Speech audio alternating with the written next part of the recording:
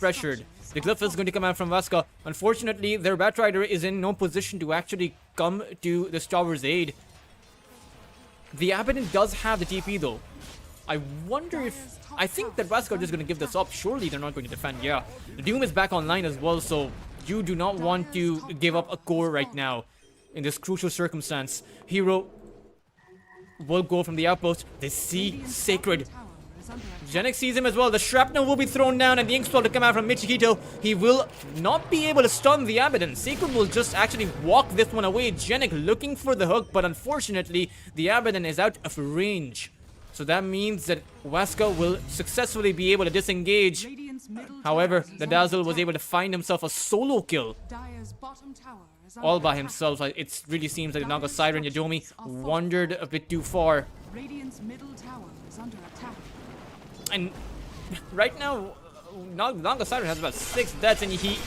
Oh, Genik found the hook. Taelung will still be able to blink away. However, his blink is right now on cooldown and the Dismember is not there. However, they won't even need it. A few strikes from Lalatroni will be enough to take this Queen of Pain down, and Vaska struggling. He has the Dagon built up, but Vaska, who were previously grouping up together to get these kills, are kind of isolating themselves. Different parts of the map, falling everywhere as well. OG are playing together. And maybe for Vaska, that's what they need to be doing, as their second tier 1 tower is also going to go the way of OG. Right now, Vaska have not been able to take a single tower for themselves. They've gotten a few of these towers low. Towards the bot side, the tower is just about at 450 health. Towards the mid, 320 health. But you need to close those towers out in order to create some kind of space. Remember, Vaska's lineup is mid-game oriented. They don't have too many rooms for error. They may be able to take the bottom tier 1 because OG are playing on the mid lane as well as the top lane, so maybe they've decided to give up this tower. No TPs coming out. They do have the glyph. It will come out, but so far no teleports coming out. Genik is actually just waiting for someone from Vaska to reveal himself. FCR wants to be throwing down the Poison Touch to start things off with. Has a Notal Projection as well, so he can keep his main body safe. No Observer Ward planted quite just yet. There is one on the low ground. Genik almost 100 gold and he'll have a Blink Dagger. Meanwhile, the Batrider has the gold for that Blink and will be coming back to the lane to defend with this. Let's see whose Blink is going to be stronger, as OG currently back away, but Sacred is going to run into them. The Assassinate to come out from Lalatroni.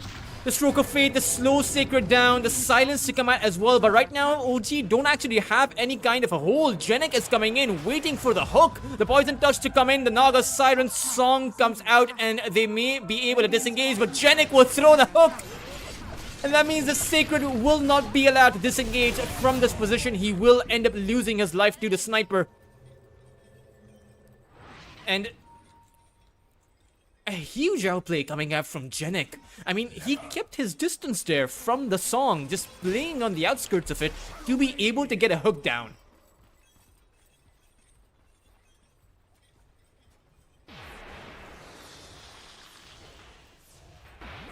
You'll have a Blink Dagger on the Dazzle. You'll have a Blink Dagger on the Pudge, and potentially maybe even a Blink Dagger on the Doom. Once you have those instant blinks, I mean, forget about entering the back lines of OG. Vaska may not even be able to contest the front lines. Yadomi loses about half of his HP from a single Assassinate. Radiant's top tower is under attack. Are scanning.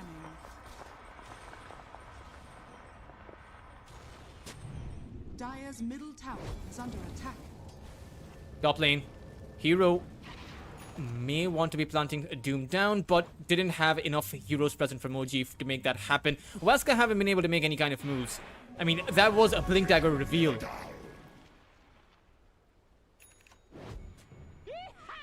Knight's shown his cards to the other side.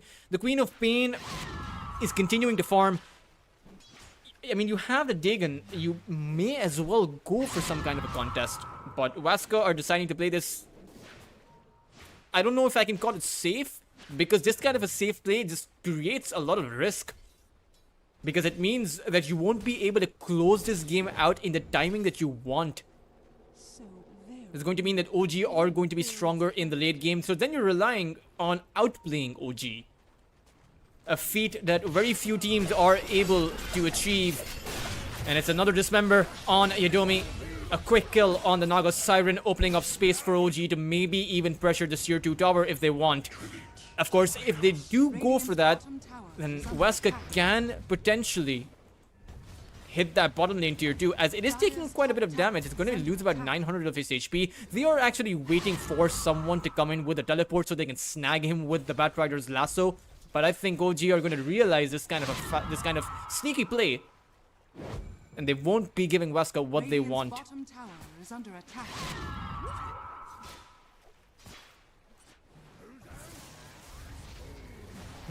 Dire's top tower is under attack. Radiant's bottom tower is under attack.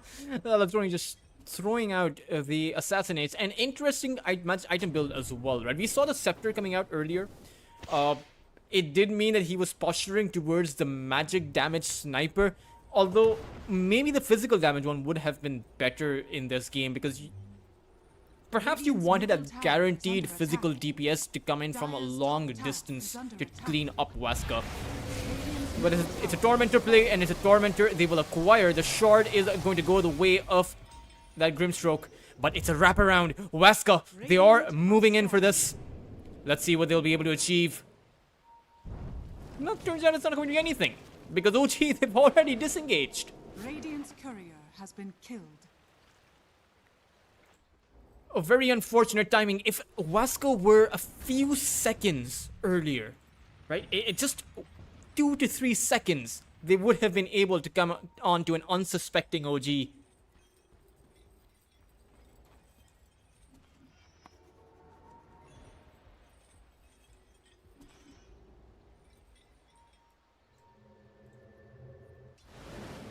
Teleports are coming in towards that top side. Yodomi is going to end up getting caught out. The 8th death for this Naga. 70% of the kills, I believe. Radiant's top tower is Or rather, under attack. 60% of the kills that OG have been able to acquire have just been on that one position 5 Naga Siren. However, they will lose their Grimstroke. Turns out both supports wanted to be making a sneaky Shrine of Wisdom play, but both supports are going to be losing their lives for it. Sacred now has a Blink Dagger of his own. Meanwhile, the Razor has a Manta style as well as a Maelstrom, so Pike is actually... He's growing pretty fast. Even on the net worth chart, you take a look at it, despite of all of these kills, because most of the kills have just been on the Naga, OG don't actually have that big of a lead. The Razor and the Abaddon are sitting at that 2nd and 3rd spot in the net worth chart. Sure, the Doom is on that top place position, but he has a Gluttony facet coming in. He has a Hand of Midas, 2 of them, right? This is his 2nd one. So it's expected that the Doom is going to be the highest net worth hero. At the end of the day, though, what's important is that Waska will be in a position to fight. That is, if they're able to stay alive as a 5-man. Knight is going to end up going down. But all in all, I mean, tanking the front line, right? That's what Waska's supports are designed to do. At least that's the fallback strategy. That's plan B that you're playing with right now. Just tank all of these ganks so that your Razor, your Queen of Pain, your Abaddon can continue to farm. The question is for how long, because OG, sooner or later, they are going to be making a play, but it's Genic to go out with the play there. But the Queen of Pain is going to go in with a Sonic Wave towards the back line. FCR is able to heal himself up back to full HP, has the Shallow Grave to play with. Genic is going to lose his life towards the side there, and they are going to commit once again. But you have the Shallow Grave still. The Abaddon is just going to tick out to the Doom. The Song of the Siren to come out, but Waska have to disengage, and it seems like Knight may not be allowed to. He will find the blink out. Hero doesn't have a blink of his own, So at the end of it all, it is going to be a 1-for-1, but an exchange that heavily favors OG because they came out with the prize of a core kill. The Abaddon was the one to lose out. An interesting set of moves there by Waska, deciding to go in on the Dazzle without a sure shot disable. Right? They committed their lasso towards the Pudge. The support Pudge. Who already used a Dismember. He didn't have a Dismember or a hook to play with. So maybe Waska should really prioritize their lasso on more high value targets, because one thing that I didn't talk about was the lack of disables for Waska. They have 0 disables outside of that lasso.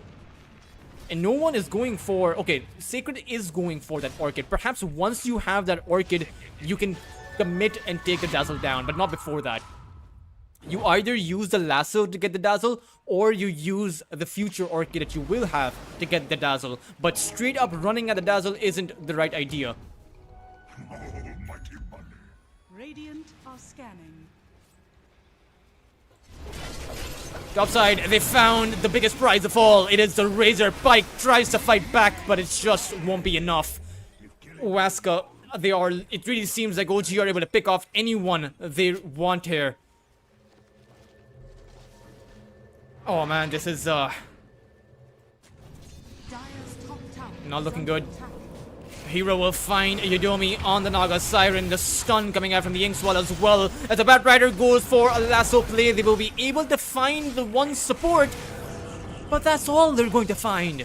Waska, I wonder if that one play was worth it. Sacred does manage to find the blink out though at the back of his borrowed time, but Hero is in hot pursuit and wants to be taking this Abaddon down. Sacred slowed down to a halt here as Genic comes in with the Pudge, has the hook to play with, but I think Hero will be able to get the kill on his own. But no, Genic wants to grab him with the claw. I wonder what is... You guys remember in Dota 1, you had that one command that you can type out the dash hook accuracy, and it would tell you how many hooks that you landed. I wonder if there's a similar command for Dota. I don't think there is. I could be wrong about that, but I would like to see Genic's hook accuracy. At least the intentional hooks he's trying to throw. Holding that thought though, once again they find the Razor, but this time around, Waska, they're well prepared for this. Hero will lose his life, but not before the Razor does. And there's the potency of that Doom coming in. Once that Doom comes out, your heroes can't actually survive. And that's going to be a recurring theme for Waska, at least until you have that BKB.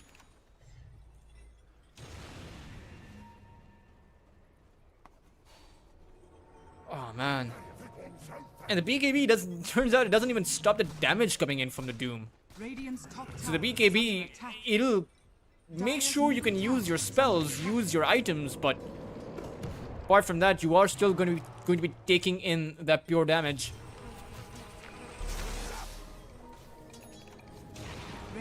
Do they want to be going in? Is the big question. Genic looking for the hook, won't be able to find it. Sacred just sidestepped there.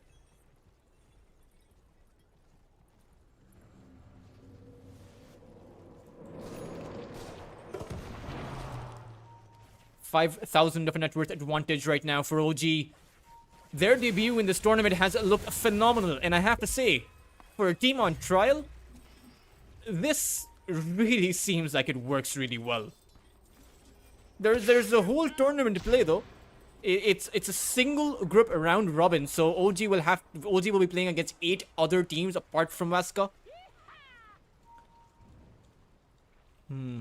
Yudomi will find Hero, but he's the one to actually blink out. Look how afraid Waska are. But it seems like Pike and Sacred are the ones to enter that front line, and Sacred has been isolated. Hero is just gonna blink forward, take Knight out, and now towards Pike, the Sonic Wave will be thrown out in a desperate attempt to disengage. And Waska will find that disengagement, but I don't think the Naga Siren will be allowed to. He will end up falling, and that is 2 heroes down.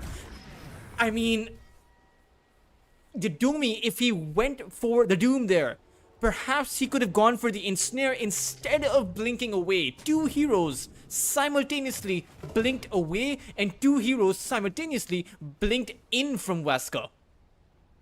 A bit of miscoordination coming out from their side.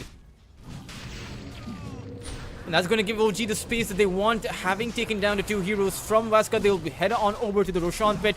And I really do not think that Wesker are in a position to contest this. They're not even... Okay, no. They're quite literally not in the position to defend this. Even if they had the net worth and the abilities to do so, they're just not in position. The Aegis will go the way of this Doom, I believe. And with this Aegis, perhaps you just go for those outer tier 2s. I mean, OG, they are signaling this. They want those towers. Nice blink out. The Naga wanted to de-ward this, but this ward has been kept alive for the entirety of its duration.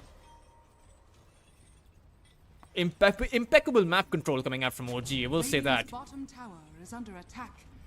At the same time, though, one has to remember that this Razor is pretty farmed up. Pyke is continuing to match the momentum of OG. Has the Mjolnir, has the BKB in just about 200 more gold, and he really needs that BKB to be able to defend his high ground. It seems like OG, they want to be at least poking at that high ground. Tower is under attack. There is going to be a lack of DPS though, as Lala Tronin didn't go for the physical DPS build, so this is going to be a very slow siege on these tier 3s.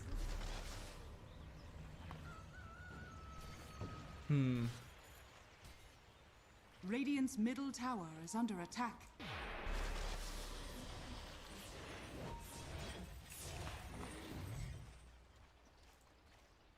Taelong has a Shiva's Guard. It will mitigate a lot of the healing that comes out from this Dazzle. But they need to find the burst here. They find the Sniper though. Right now the Sniper is in a bit of an awkward position. A Sonic Wave gets thrown out, so does the Shiva's Guard, but an instant Dismember comes out from Jenik. The Shallow Grave keeping the Sniper alive, and Wesker has been caught with their tail between their legs. A desperate song comes out, but Pyke, does he really want to fight into this one? Has all of the static link damage coming to his aid here. But Jenik just appears to be a bit too tanky. Pyke isn't going to be getting hooked in, but Sacred also falls towards the side. Wesker, they are on their last legs here. Yodomi will end up falling even if the hook doesn't land. But at the end of it all, it is going to be a 3-for-0. They even keep their Aegis intact. And that was Wesker throwing everything they had to burst a hero down. Middle tower is under attack. And they couldn't make it work. FCR didn't even have to come out with a Shallow Grave until the very end.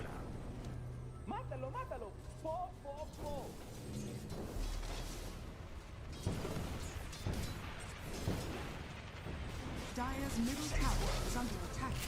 And now it's on towards the high ground. Nice little individual plays coming out. I mean, that timing from Jenik to come in with that Dismember was so clutch. He came in with the Dismember instantly before the Queen of Pain was able to launch the Scream of Pain, but they have found the hook once again. The instant blink into hook coming out from Jenik. The ultimates are coming out, so is the lasso. This time around, the Sniper is vulnerable. The Shallow Grave does come out, but he is so low right now. Can Wesker finish him off? They will not be able to. Lala Troni still stays alive. Jenik will even hook him back, but I think that this is a trap. Taelong blinks towards the backline. Wesker have lost 3 of their heroes. They will lose their 4th, and the only one to survive is going to be the Queen of Pain. Narrowly dodges that hook. A buyback to come out from that Abaddon, but a Dazzle. Those were 2 graves coming out, keeping the Sniper alive, and that is going to be a dieback from Sacred. I think Wesker may as well call it right now. A 17,000 net worth advantage. A 27 kill advantage for OG. Dire's middle barracks has fallen.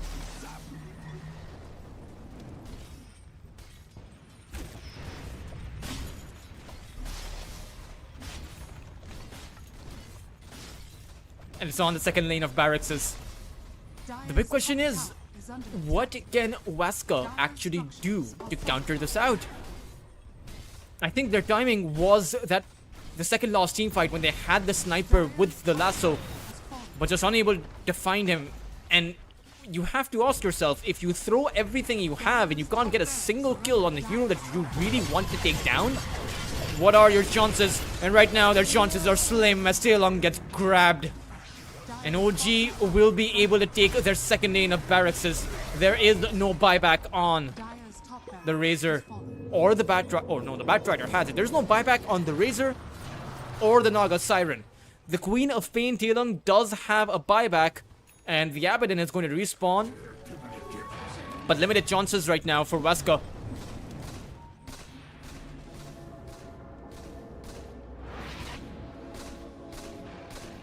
Radiant's courier has been killed.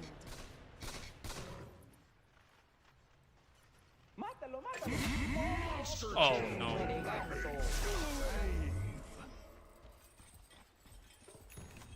Really feels like Naga wants to be free, because if I recall, most of the kills that Idomi has had has been on the Radiant side of the map. He really feels like that's his home. Of course, right now it's a defense of his own home, as the lost barracks are going to be besieged.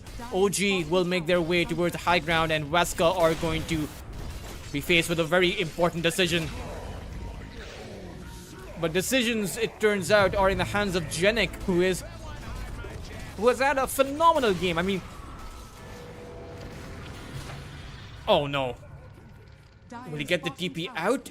No, he won't. Genic finds the grab. This player is playing out of his mind. Oh man, just when I thought that Genic couldn't impress me any further, what are these hooks?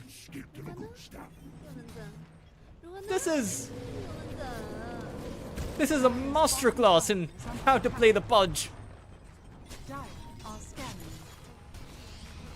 And he has no fear. He has about 4,000 HP, and he can hang on that front line for as long as he wants. The assassinate will mean the end of that sniper. The Queen of Pain to go for one last defense. Spike with the static link. They may be able to get the dazzle down, but it's going to come at a cost. And that cost may just end up being the game here. Wesker to lose their Razor. Taelong comes in with the buyback. The Batrider will be able to find the TP out. No, he won't. He will end up falling. And now the entirety of this base is just on the Queen of Pain, and maybe the Razor if he goes for the buyback. I mean, surely he'll have to go for the buyback. And Wesker, I think they are trying to deny reality right now, as I'm not exactly too sure how they come out with a defense against Mega Creeps. The tier 4s are going to be besieged.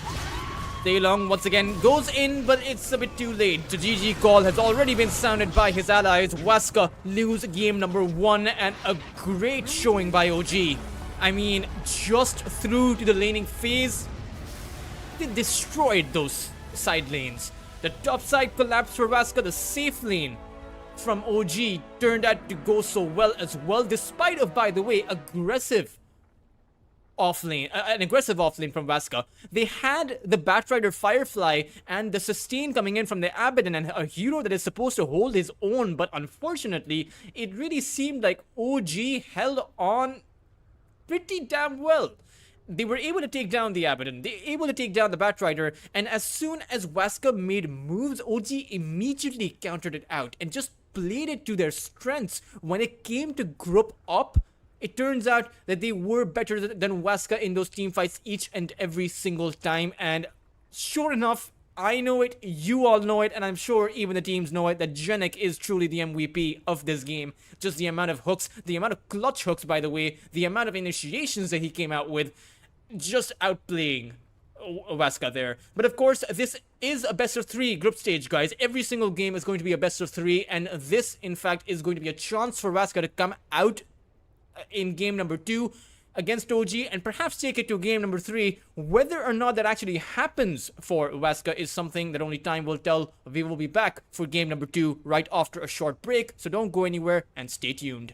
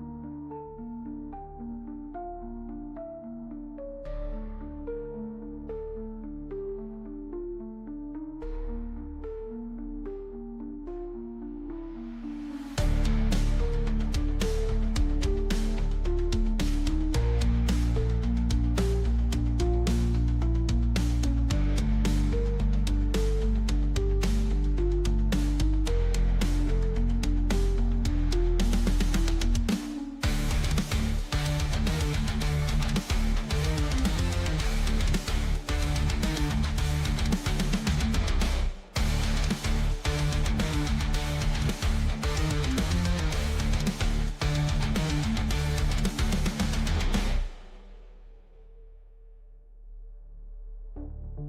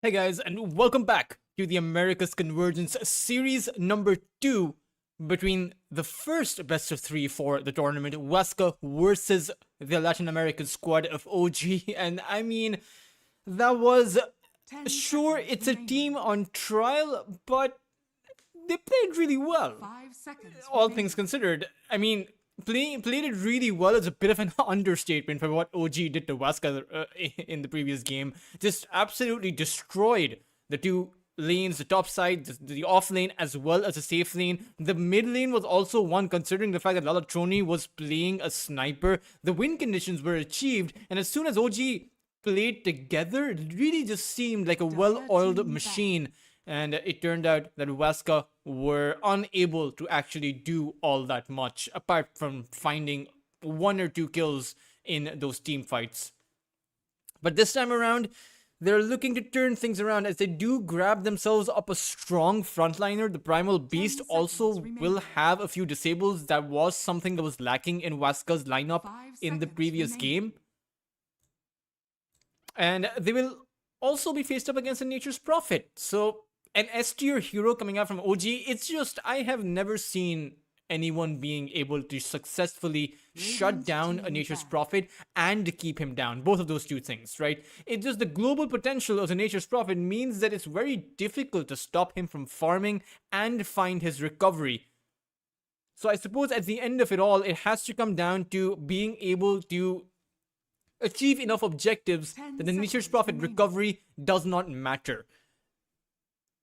I'm not too 5 sure if seconds Vasco will be remaining. able to do that, but that is the scenario before us, even though it is just the first picks out, so we will have to see whether or not that trend continues.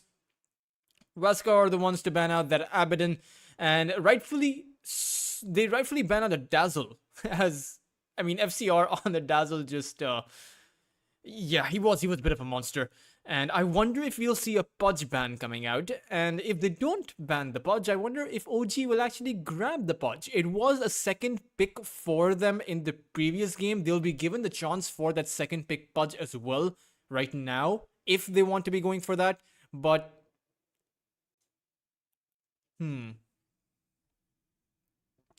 Huasca Radiant will ban team out the pick. Grimstroke. So a lot of bans targeting Dire team what pick. OG played in the previous game.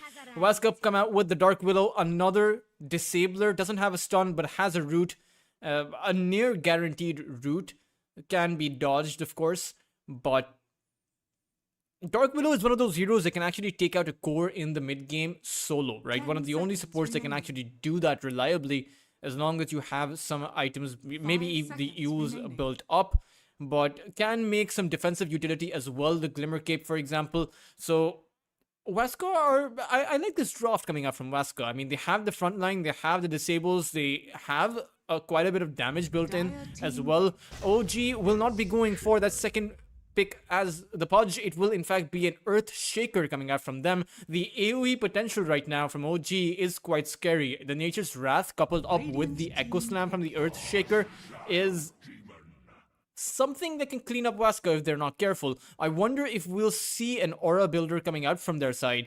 As OG, they pick up the Shadow Demon as their third pick. So the disruption coming into play, a saving mechanism, not to mention it's also a 10 pushing seconds mechanism remaining. because you can disrupt the Nature's Prophet, create those two illusions, send them down 5 towards seconds the remaining. tower, or if you're besieging an objective, then the 3 Nature's Prophets can also stack up those hits. But it's a spell that less used as a means of a siege now. It's more of a spell.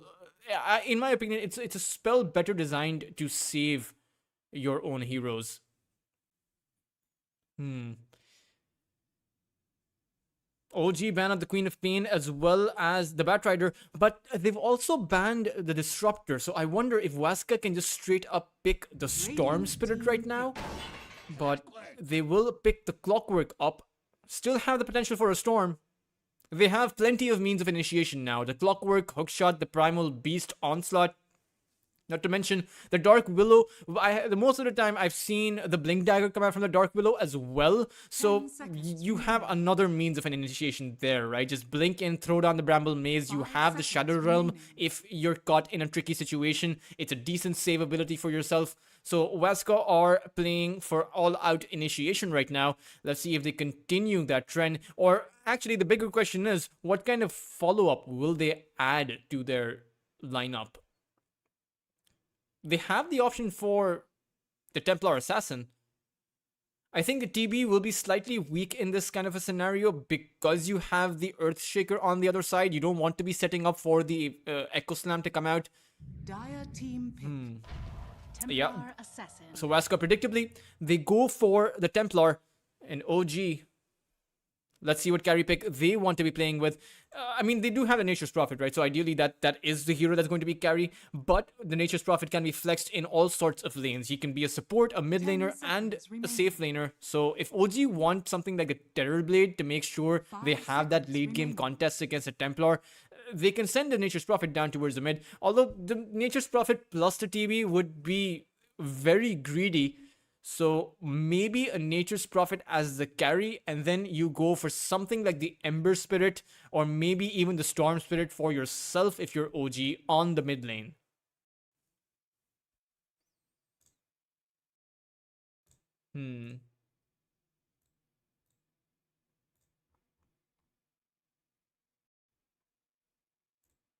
Dire team ban. Ooh, they go for the Lycan. Interesting. Back in CCT, I saw quite a bit of Lycan, and I believe in the previous in the series 1 of America's Convergence, I did see a Lycan here and there. It is certainly a hero that can run at supports pretty well. You can pretty much disable the Clockwork from getting a clean hookshot in because you have all of these units to play with, right? And then you can also send those units down to against a Dark Willow. It's a hero that does do well against the Templar if you are able to close the distance. That is a very the emphasis over there is going to be if you can close the distance, right? Because the Templar Assassin Psyblades will mean that your units are constantly taking hits as you're trying to walk on in.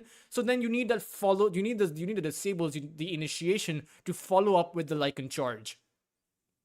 Radiant team. And they have, to be fair, they have the long range disables. They have the Fisher. They have the Shadow Demon, which I'm guessing will also be going for that Blink Dagger. And then they have the Nature's Prophet that can teleport in. OG are playing a very clean team fighting oriented lineup. But at the same time, I mean, this looks like a pretty even draft. 5 seconds. Game number 1, I did favor Waska's draft, but we all know how game number 1 ended up. OG were just straight up uncontested in the laning phase. I wonder if the same scenario is going to repeat, because Waska are playing very aggressive with their lineup, right? The Clockwork, the Primal Beast, they're heroes that you know are going to be charging in, heroes that are going to be looking to dominate the laning phase. I wonder if they'll be more successful this time around. 10 seconds remaining. 5 seconds remaining.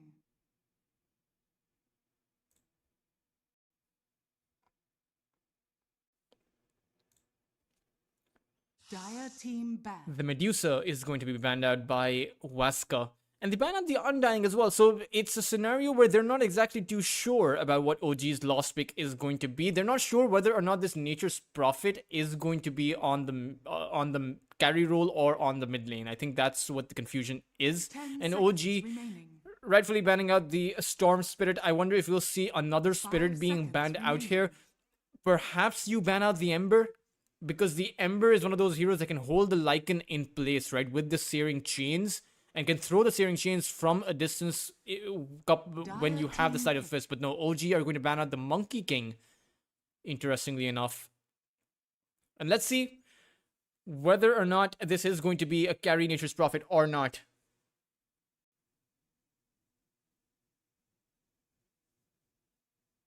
Hmm.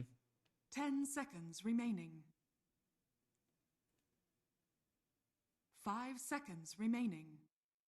They can, I mean, they can go for the Terrorblade if they want to actually pick up a carry. But it would be very greedy, so I would imagine that this is going to be a mid lane pick that comes out from them. And no, this is going to be a support pick that actually comes out from them. So that means this Earthshaker is going to be playing the mid lane. And I mean, it's a pretty good setup. The Jakiro with the Sprout coming in from the Nature's Prophet, not to mention the AoE damage, right? The area of effect damage is just simply too much. The Echo Slam, Wrath of Nature, the Macropyre, it's a whole lot. Not to mention you have a setup for the Ice Path as well, that is the Shadow Demon's Disruption.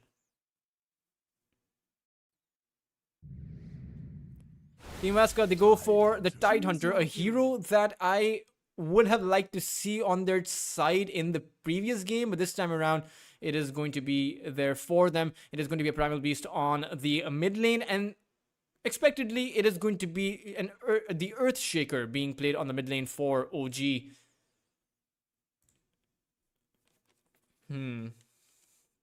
Overall though, I think both of these drops are pretty much even. Right, it does look a bit threatening what OG is planning out with the amount of AoE damage that they do have. But again, it will come down to the laning phase. And also, in particular, how Vasca will do on their safe lane. The Templar Assassin versus a Lycan, Pyke versus FCR, right? If the Templar Assassin gets run over, your late game assurance goes out the window. You need your Templar to be farmed up to provide that damage output later on in the game. Towards the early game, you have the magical damage, even towards the mid game, to be fair. But without the physical DPS, you can't actually cut through the amount of HP present on the other side. You take a look at the Lycan, who has a lot of HP, the Earthshaker, the Nature's Prophet, who has one of the best stat gains in the game, and you need Pyke to get off to a good game. At the same time, OG have enough DPS to actually burn through the refraction, and the heroes as well to actually make plays on Pyke if they want to. The Jakiro can just go from the outpost towards the top side and catch the Templar Assassin off guard to get some few kills going. Because if I were OG right now, I would be prioritizing disabling just one hero on the map, and that is going to be the Templar Assassin. Prepare for battle.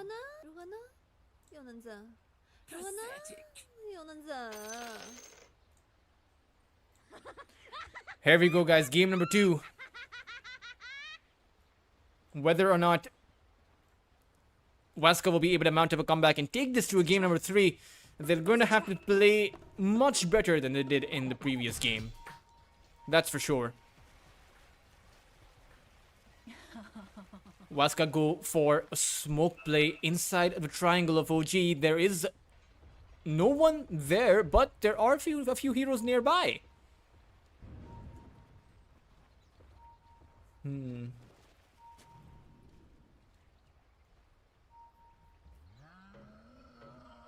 30 seconds to battle.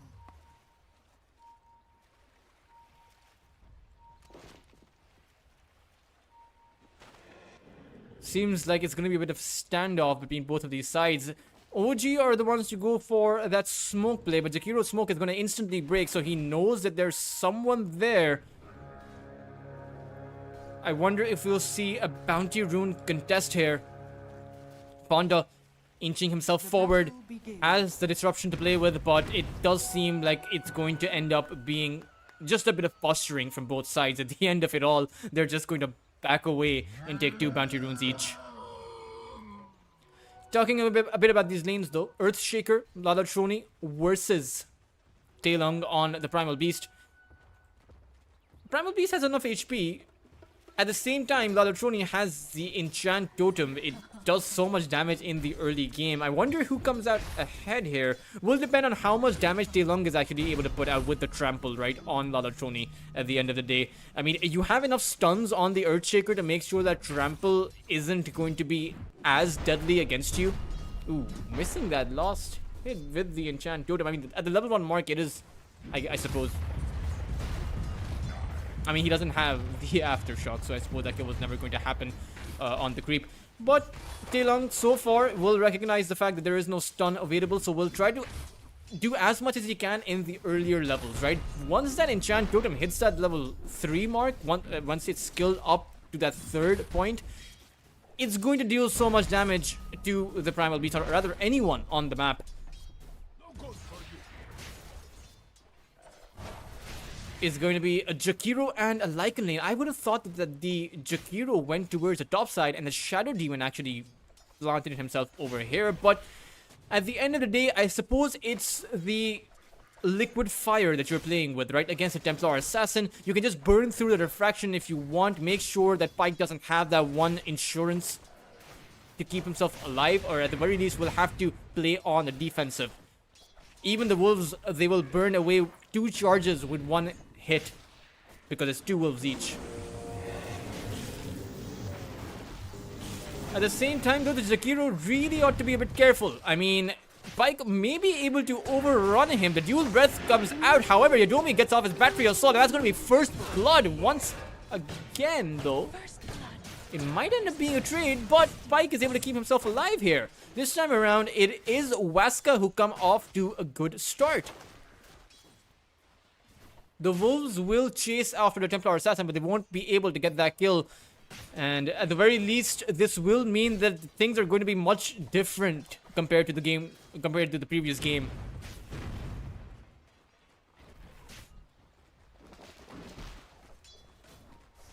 Towards topside. Tidehunter, Dark Willow. Against the Shadow Demon and the Nature's Prophet, this is a lane that should actually work out very well for Waska. I mean, the Tidehunter is so tanky as a hero that I'm not too sure if the Shadow Demon will be able to do much about this. So, as it turns out, I think, looking at the entire map here, Waska's early game isn't going to be as bad as the previous one. All they really have to do is play the lanes. Play to their hero strengths, and they should be doing pretty well, at least for the first 10 minutes. At the same time, though, OG are able to push back the Templar Assassin. I mean, Pyke is struggling in terms of being able to farm. Every single time he shows near the creep wave, Genek is going to come in with the liquid fire, maybe even a dual breath. It's going to clean up the refraction charges and dish out quite a bit of damage. It takes no mana to actually cost that liquid fire, so it literally makes it the most spammable ability in the game.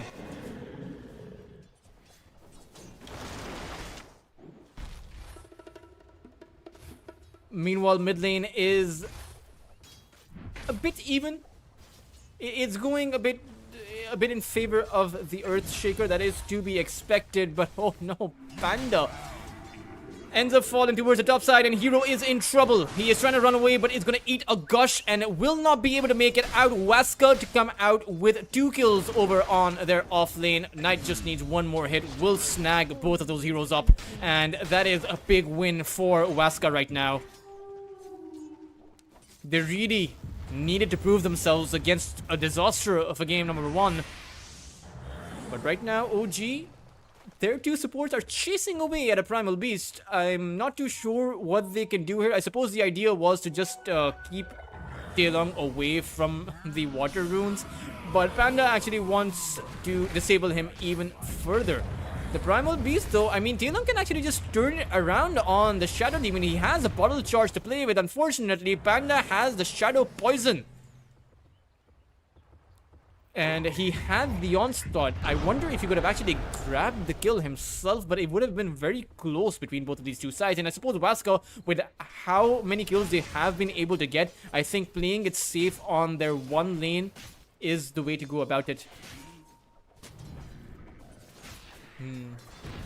Oh no. Now Taelong wants to be coming in towards the bot lane. He doesn't have the grab, but He does have the onslaught. Going to move in on towards FCR, who doesn't have the shapeshift, and the Lycan will be run down. One more hit should do the trick here. Oh, rather, it's he's actually surprisingly tanky. Can FCR actually survive this? He just walk away. The Cogs actually ended up saving his life, and now maybe Lalatroni wants to turn this around. Doesn't have the Echo Stand to play with, but Pike, he actually went in for that Melt Strike. That is going to mean the death of this Templar Assassin. There's the Echo Slam at the back of Lalatroni, hitting that level 6 mark, and that was a huge misplay coming in from Waska. Again, a bit of miscoordination coming out from their side, as Taelong and Yadomi left, Pike went in. But it's just one death. Hopefully he can shake that one off. As towards the top side, Panda once again rooted down and going to fall from that one lost hit coming in from Knight. The Tidehunter doing very well for himself, even in terms of CS, but ahead in terms of the kills and the assists. So will have a higher net worth than the Lycan. And I wonder if he goes for the pipe here. This certainly does seem like a good pipe game for this Tidehunter. Maybe wants to be making a Blink Dagger too, but he can choose to delay the Blink, right? Because they have the Onslaught initiation.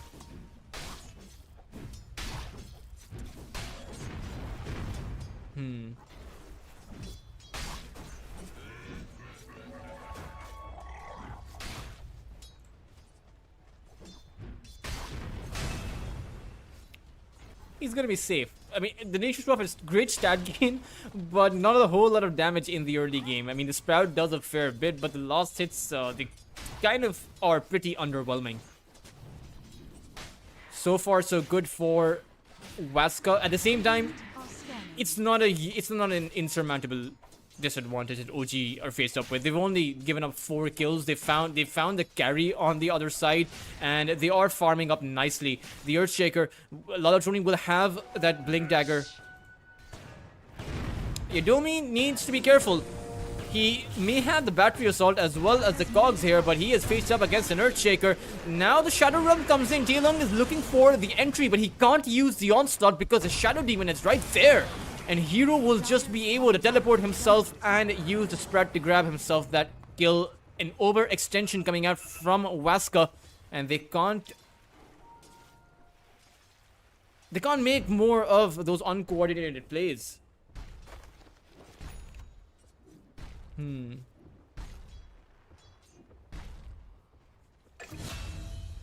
Ooh. That was without the Ravage. It was just a clean kill found at the back of the Bramble Maze, and they got the Nature's Prophet. They still have a Ravage to play with.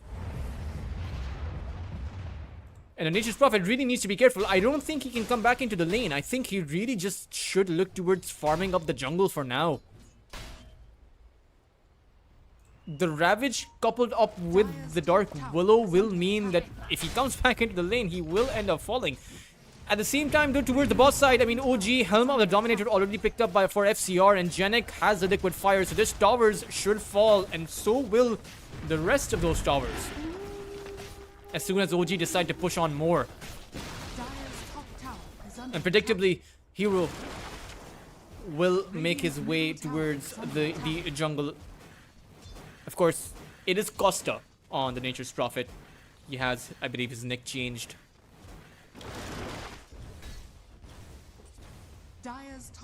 You really do need the level 6s for Waska.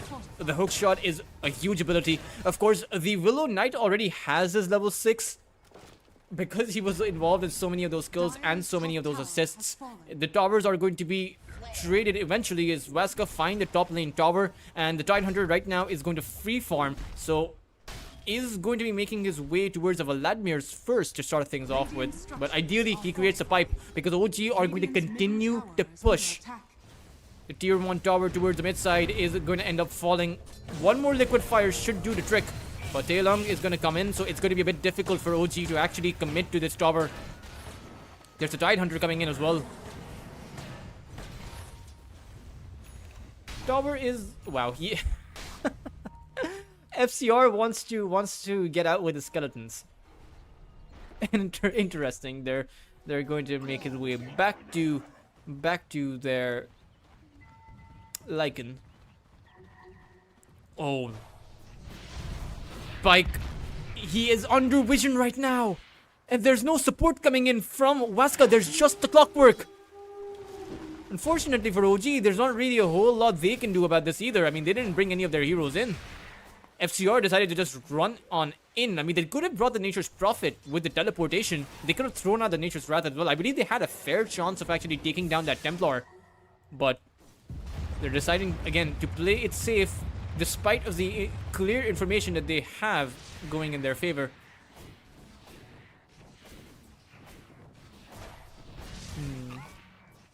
Radiant are scanning.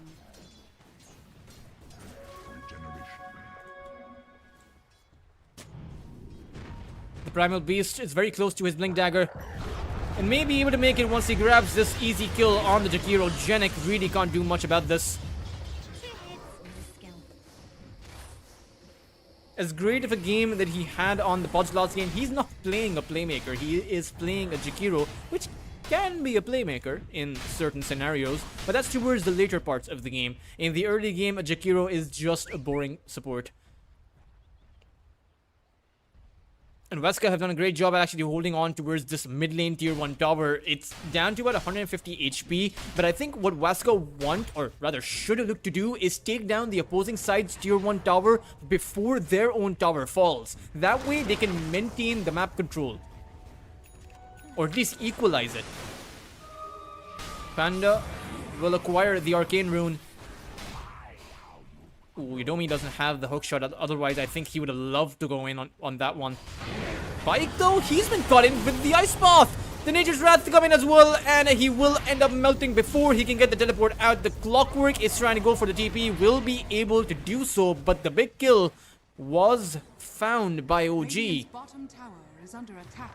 Towards the top side, it is another big kill by Waska. At least they're attempting it on towards Lalatroni. He is going to throw down the Echo Slam, but will this be enough? He is going to end up getting hit by a lot of damage, and now the Ravage comes in, but coincidentally the Disruption came out. That's going to allow Lalatroni to actually blink away. Waska will be able to come out with one kill and maybe even find Lalatroni, who chose to stick around.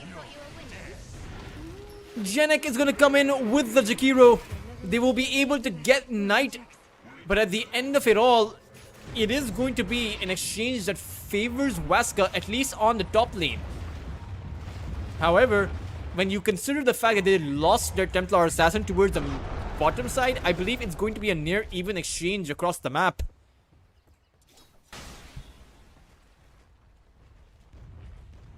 Dire's middle tower is under attack. A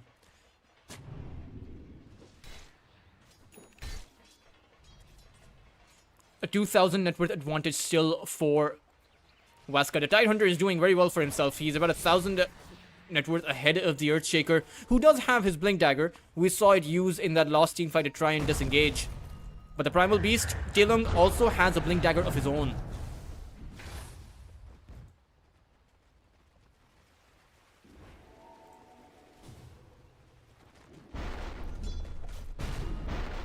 An amplified damage rune up for Lalatroni, and I think he can hold it for... He can hold the rune for 2 minutes, right? So he can wait for his Echo Slam to come back up, use the amplified damage, and go for an easy kill. Of course, the rune amplifies the amount of magical damage that you dish out too, but it seems like OG, they are confident in their ability to take down these heroes without their Echo Slam available. They want the Templar Assassin though.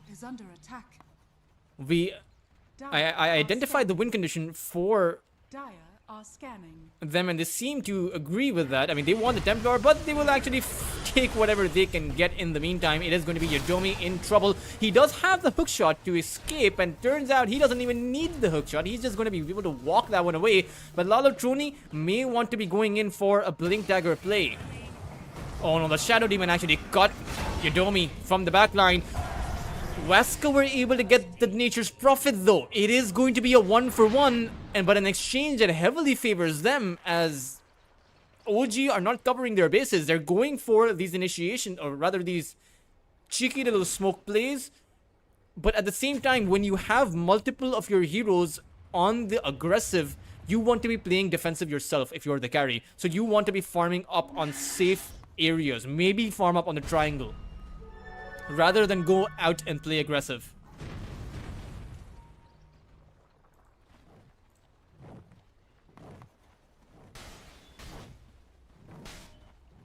FCR has the Helm of the Overlord built up.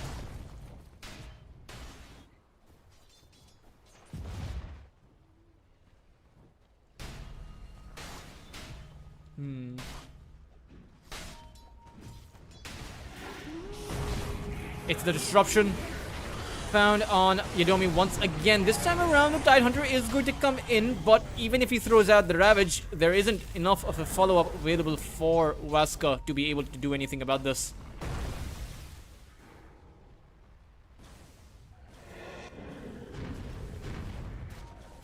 Dire's top tower is under attack.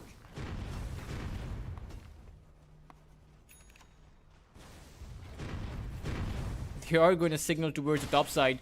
As it turns out, OG want to be making moves, but Waska, I mean, this is the one thing that they are doing so well, is keeping their towers intact, is actually matching the aggression of OG. Sure, they lose their clockwork. That's completely fine if you're Waska. As long as you hold on to your objectives, allow Pyke to continue farming up on that Templar. He already has the Desolator.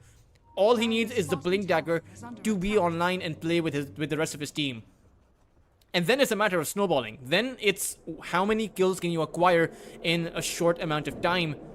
Get those Desolator stacks up, increase your damage output, and maybe even snowball through at the back of it. Dire's bottom tower Panda is needs to be under careful. attack. So does FCR. No, he's going to go towards the jungle creeps, but Taelong, he's going to get the green light. He is going to end up getting disrupted because he was a bit hesitant and actually fully committing. Maybe he should have gone in. Radiant's middle tower is under attack. But I think that Waska are fearing the counter initiation potential coming out from OG. I mean, they have the Echo, they have the Nature's Prophet. So at the end of it, when you're faced up against a Nature's Prophet, you're always going to be faced up against the +1, right? Whoever you can see, if you see the Lycan, for example, you will have to estimate a +1 with the Lycan, which is going to be the Nature's Prophet. Tower is under attack. Similar to the Dawnbreaker, for example.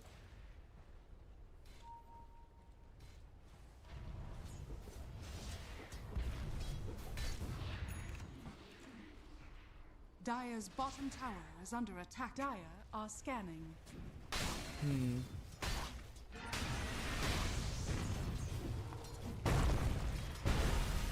Tidehunter has the Pipe of Insight built up.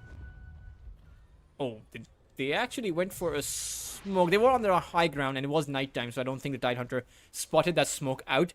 But the Earthshaker, he actually sees Taelong. He's going to start things off with the Storm coming in from the Aftershock, but Taelong right now is pretty safe. However, there's an Ice Path that's going to miss.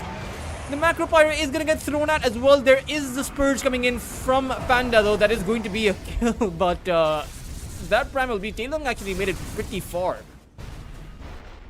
Quite a lot of distance that was covered by him, which I really was not expecting.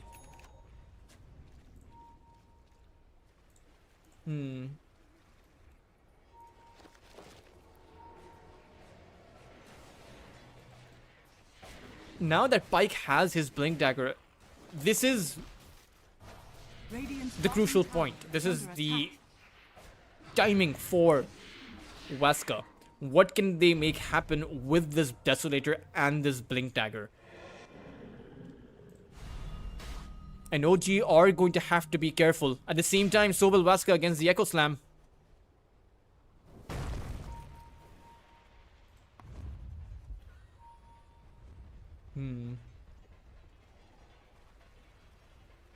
Waska to immediately go for the smoke play. Radiant's middle tower There's no is one under there attack. though. They're going to go for the Tormentor, but or is it going to be an outpost? No, it's definitely going to be the Tormentor. I suppose they went for the smoke play and realized it's a 20-minute mark. There were 4 heroes present here already. They didn't exactly need to use a smoke, but now they're going to go in from the outpost. This time around, it's a bit of a similar play to what happened in the last game. There was a full 5-match smoke outpost play. It didn't end up resulting in anything, and it turns out that it may not end up resulting in anything this time around either, as OG are just going to disengage entirely.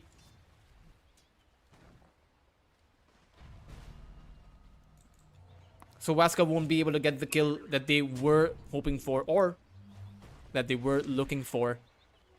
Gold for me.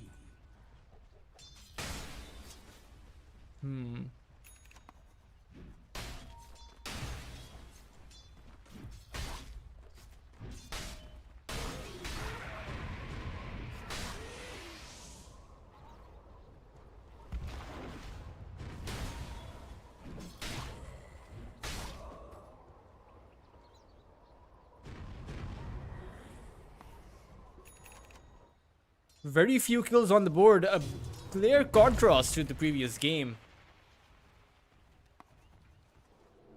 A BKB now built up by Taelong, and the power spikes on Waska are, Radiant's middle tower is under attack. at least in my opinion, they're a bit stronger than the power spikes found on OG.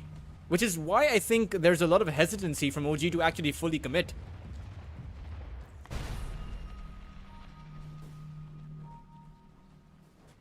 I mean, the BKB coming in from Taelong is the insurance against the BKB, right? So he will be able to get a full duration pulverize off because OG can't actually do anything to stop it outside of being able to throw down the disruption. Attack.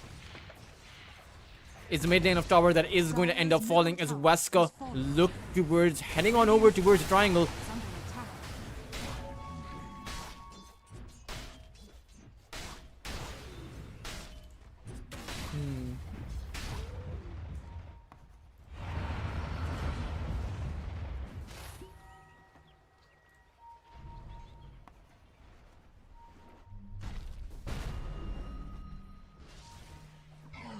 There's an arcane rune up for the Primal Beast as well.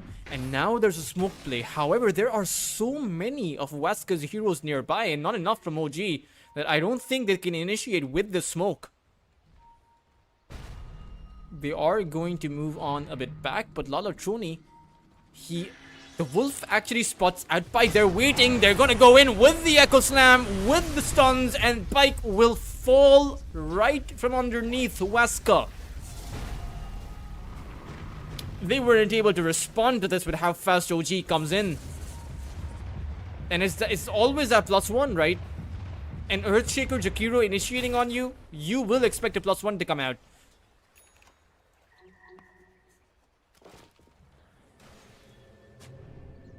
As so far, Waska have not been able to do much with their Templar. Haven't been able to do much with their Desolator. He's farming up for that Chrysalis, but he may want to go for the BKB. Ooh, Taelong actually almost spotted out the Nature's Prophet, but even if he does, he needs follow-up to be able to get these kills. As for the first time in this game, the lead is going to go the way of OG. Ooh. I think the spider senses for Taelong are tingling.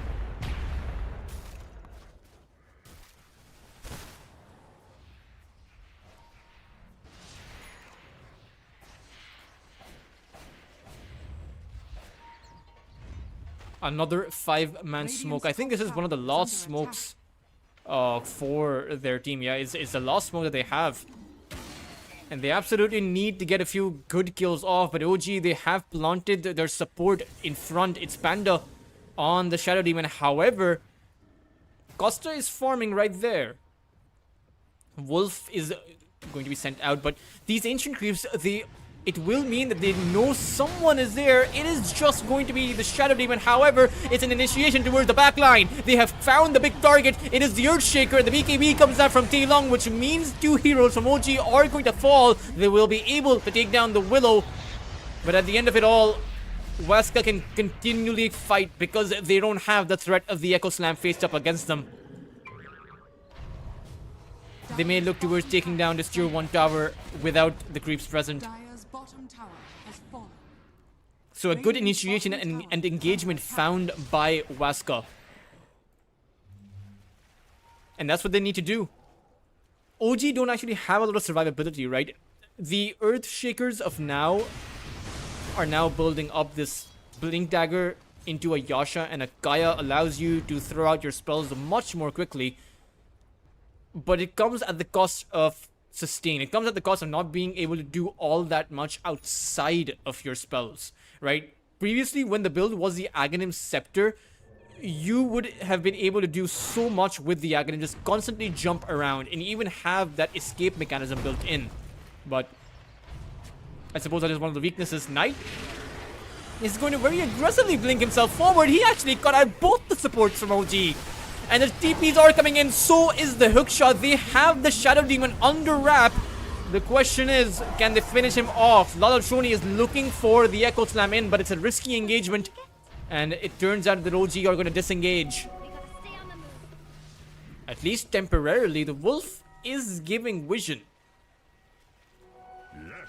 But just as how Waska have to be careful of the Echo Slam from OG, it's actually OG who have to be super careful of the Ravage from the Steinhunter.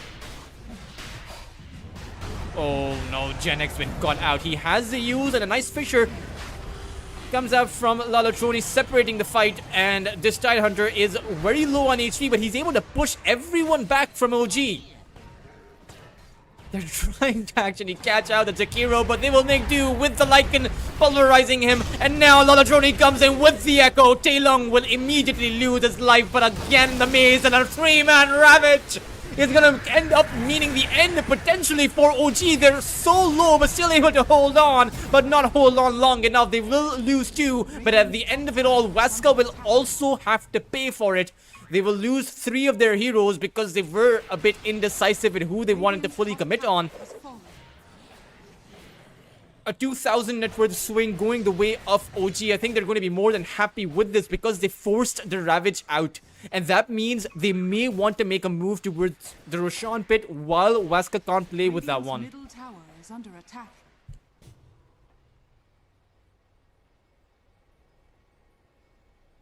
Radiant are scanning.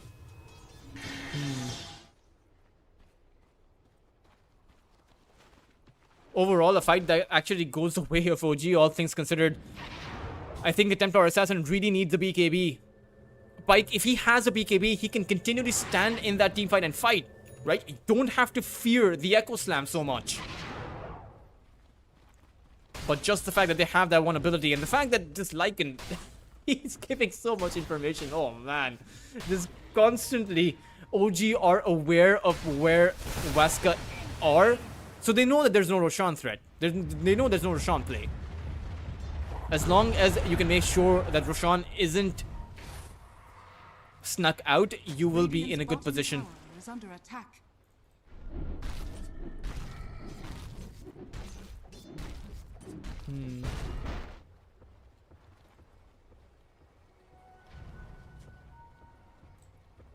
Dire are scanning. Radiant's bottom Sacred will have the Shivas after a while, but right now he will have the Jakiro, who will use himself up into the air, but it's not going to matter. Pike with a nice Psyblade play will get the kill. Has 6 Desolator stacks and now has that Daedalus. So even without the BKB, it means that the timing window for that Echo Slam just got a whole lot smaller. Because you're going to be faced up with 1,000 damage critical strike. So you need to come in with an Echo Slam much earlier. Lalatroni is looking to go in. He has the Echo, but needs to be quick about this. However, the supports from Waska are going to hold him back. As Taelong will go in, he has the Pulverize to play with. The Earthshaker is going to get stunned up into the ground. And now they find the Lycan. He will activate the Shapeshift. Can they bring the Lycan down? He's leashed. He can't run away. Lalatroni is going to come in with the Echo Slam. The Lycan still able to stay alive. And Waska, they've already lost. They've used up all the fuel in this team fight. They will try and turn things around anyway, but it's just not going to happen. They will end up getting team wiped 30 minutes in, even though they were the ones to possess the Aegis. And all OG lost was their Nature's Prophet. Sure, it was the carry, but that is worth it each and every single time. Waska, the theme for the lost team fight was the fact that they couldn't grab someone and dish out the damage. The same theme repeats as the Templar Assassin, the Tidehunter, they went in, but it seemed like the Primal Beast had different plans because he wasn't there for the Pulverize. You need to you need to find someone, hold them down and take them down. You can't allow OG to maneuver around in those team fights because they will be the ones to come out ahead. You have that few seconds of a window with that Ravage, but there's not a whole lot you can do if you struggle to get kills despite of having a Daedalus. And now once again, it turns out Wesker want to be making a play. The disruption is going to keep the Shadow Demon alive, and OG are going to turn this around. On towards Knight. He will fall, and they know that there's no Ravage to play against. Radiant's top tower is under attack.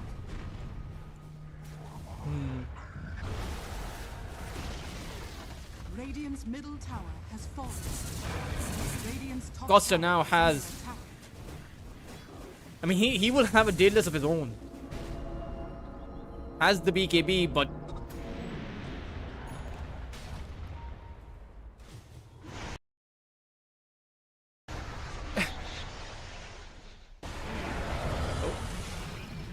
Sorry about that FPS loss, guys. That got me out slightly off guard too. Is under attack.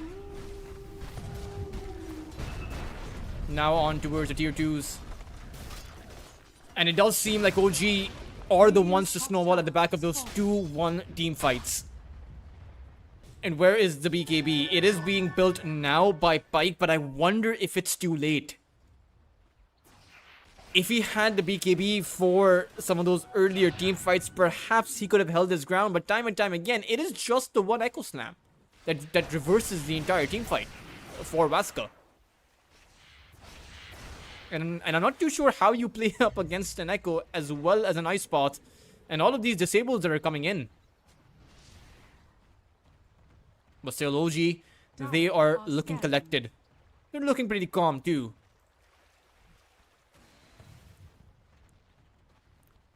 Lalatroni will be making his very own Shivas, and they will be able to find the Clockwork. A pretty quick kill to be found by them. 13,000 of a network advantage now, and they're going for the mass teleport towards the outpost. Perhaps they want to actually catch Vaska, the support and the mid off guard, but they will need more heroes for it. However, it's the Tidehunter. Oh man, they found Sacred off guard. He is going to go for a very cheeky teleport, but it will never happen. The Honage call comes out, and Vaska, they played it so much better compared to game number 1, where they lost from the laning phase. This time around, they were the ones to actually win in the laning phase. But when it comes time to group up, consolidate together, and take those team fights, it turns out that OG are the ones who are stronger.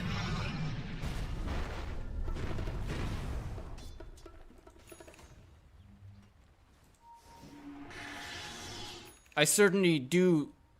I really like the synergy coming out from this OG squad. I mean, they just play very well together. They know who to execute on, they know who to save, they know who or how to take those team fights, when to back away, and they all do it together. Really seems like a squad on the same page, on the same sentence.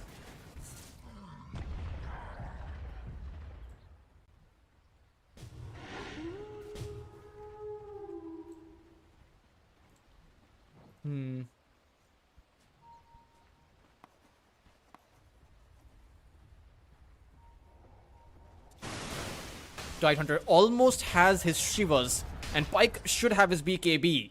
It's flying out right now. The Tormentor will go the way of OG, and it will be Genek who actually picks that one up. It's small upgrades, but I think that OG are looking for one more clean team fight before they head on over to the high ground. It's either that or the Roshan, right? But OG are going to be happy waiting it out. Ooh. Turns out both teams want to be making a play. It's on towards Spike. He's going to end up getting stunned down, but the Pulverize is going to come out. He'll be able to activate the BKB and turn things around. OG are going to crumble on the side here. They will end up losing their Nature's Prophet too. If he doesn't find a teleport out, he will. But that was such a costly exchange. It happened in the blink of an eye, but this time around, it is Wesker that comes out on top.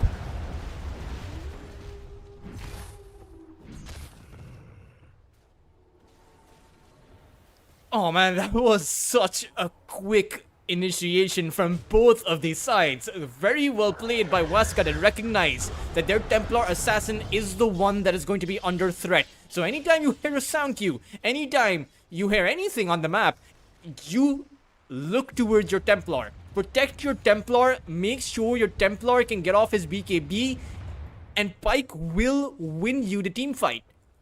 He deals the most amount of damage in the game.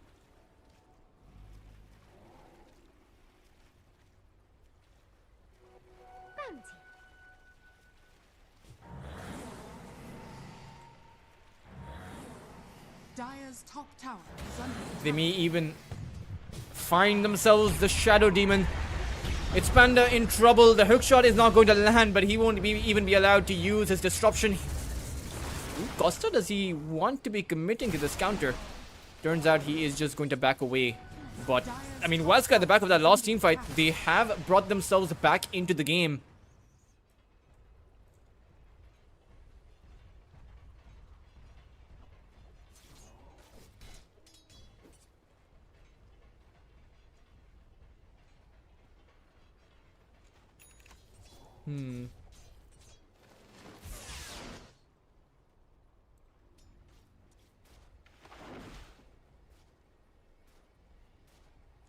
There is there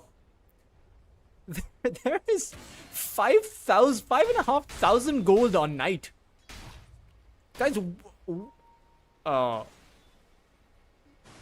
why is there 5,500 gold on this support? Is he thinking? Maybe he wants to purchase a really big item. Maybe he wants to get a straight up hex. I mean, he can. But I have very rarely seen supports hang on to this much gold.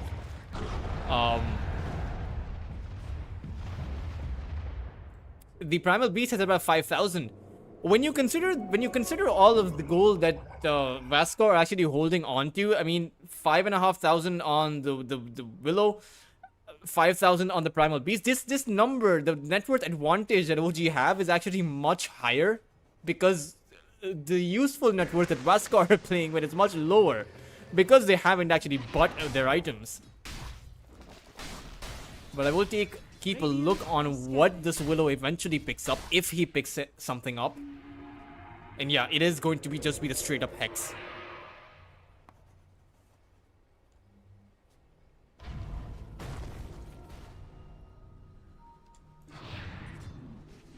Meanwhile, the Primal Beast will be going for the Heart of Taraz. So a lot of HP that comes out from them. There is no refresher on Lalatroni. Of course, the HP regen from the Heart will, I believe, be slowed down by the Shivas once it does come out.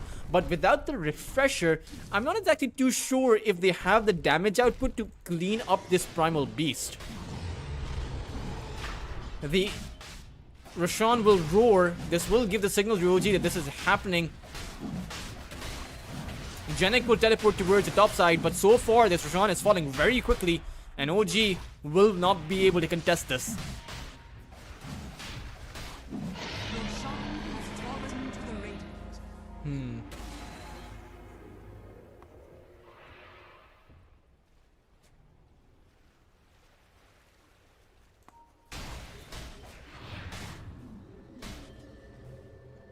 Radiant's middle tower is under attack.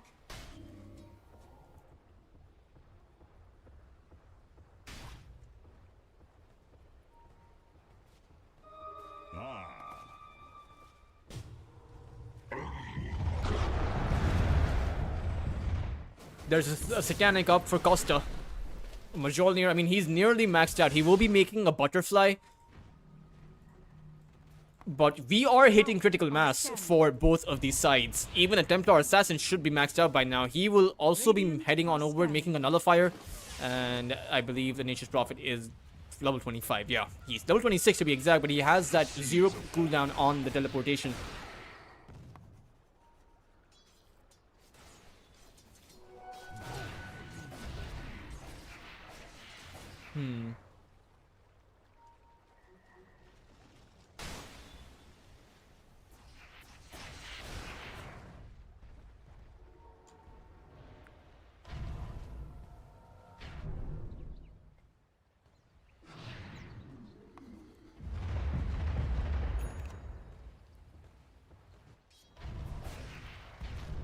The kill speed is evened out by now, so it's 1 kill per minute in this game.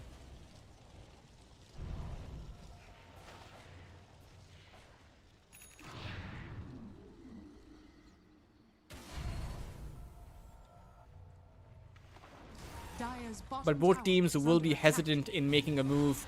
Dire's courier has Ooh, been that was an expensive courier. That was a Lotus Orb that will not be there for OG. Dire's bottom tower is under attack. It's on towards the tower. Nature's Prophet. Oh, OG, they're coming in with the teleports. They want to be coming in to try and defend this, but it's going to be against an Aegis. The Ice Path is going to get thrown out, but however, the Shadow Demon Panda's actually got out in that triangle. The hookshot isn't going to land because of the Ancient Creeps. However, this is a troublesome scenario for OG. Lalakshoni is going to go in with that Echo Slam on that backline. However, he hasn't been able to get anyone.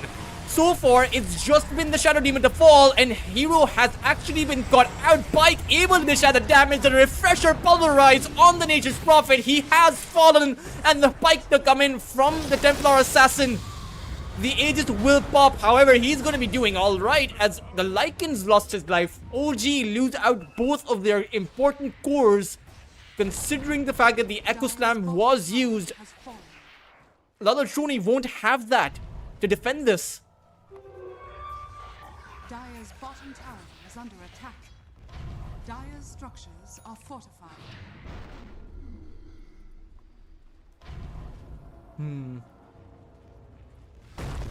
So far, though, I mean, Pike doesn't actually have the supports beside him. He does have Tielong, who's going to come in with the Boots of Travel. Genek with the Outworld Staff is going to have to be careful. I mean, Tielong could have gone for the Pulverize. He doesn't have it.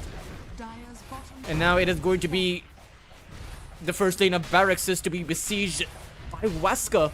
Who would have thought that they would have been able to manage the comeback after what OG did in game number 1? But Wesker are looking for that comeback, and they may be able to find it. As Savage goes in with the Tide Hunter on that back line. There's a Pulverize. The disruption comes out, but it's only made a target out of the Shadow Demon. Taelong will be able to find the kill, and the two supports from OG, they will lose their lives before their cores respawn, and that may have just given Wesker the space to go on further. They're going to push for this mid-side tier 2, and there's nothing that OG can do about this. The Ravage will be up in about 40 seconds. So it does mean that perhaps Wesker back away. Dire's middle tower has fallen. There's a Scepter on Clockwork too. The second lane of Barracks is Structures are fortified. Jakiro and the Shadow Demon, both the supports from OG, don't have the buyback.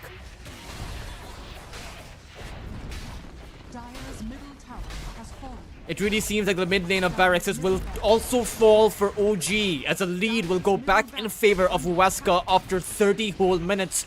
Dire's And middle barracks has all that's really required for them to find the game and take it to a game number 3 is that lost lane. It's the top side. And I think that Wesker are going to play this safe. They are going to wait for Roshan to respawn, and then they will go for the Aegis and then go for the game. They will also have, if they're able to take the Roshan down, of course, they will have the double refresher coming in. Meanwhile, for OG, I mean, the problem is they've hit critical mass already. I think that Lalakshoni really needs... Oh, he has a refresher. Okay. Maybe with the refresher, with that double Echo Slam coming in from OG, perhaps they, if they find the initiation, can actually, just by the shock factor, take down the Templar Assassin. If they're able to do that, perhaps they will win the team fight. They even have the amplified damage for the Nature's Prophet. He did buy out for the Butterfly.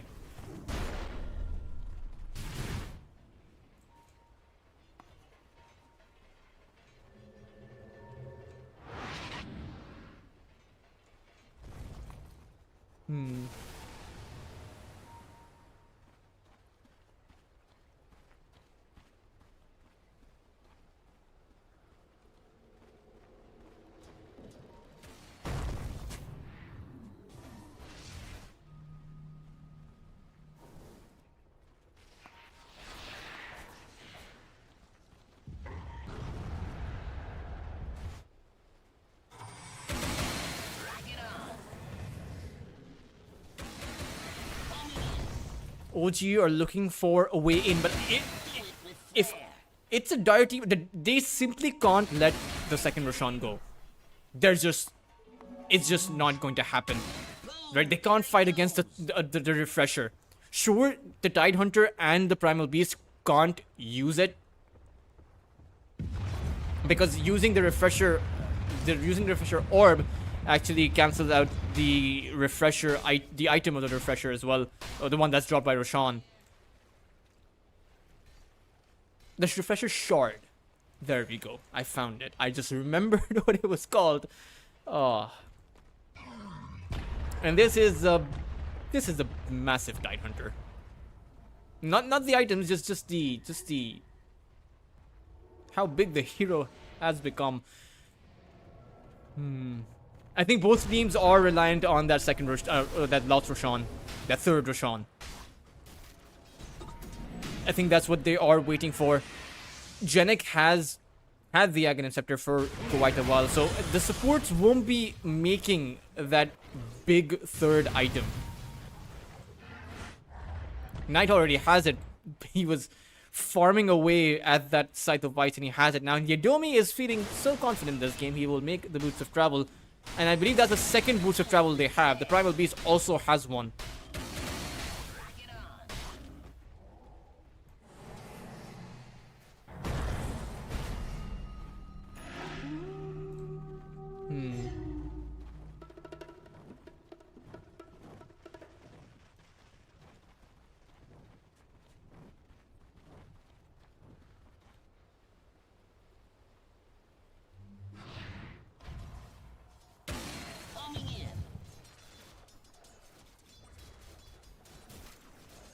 Roshan is going to respawn in about 2 minutes. Radiant are Oh, actually, Roshan is going to spawn right now. There is a wolf here, though. It's going to enter the Roshan pit because Wesker have not planted down any sentry. Now they do so. They see the wolves. However, I don't think that either team...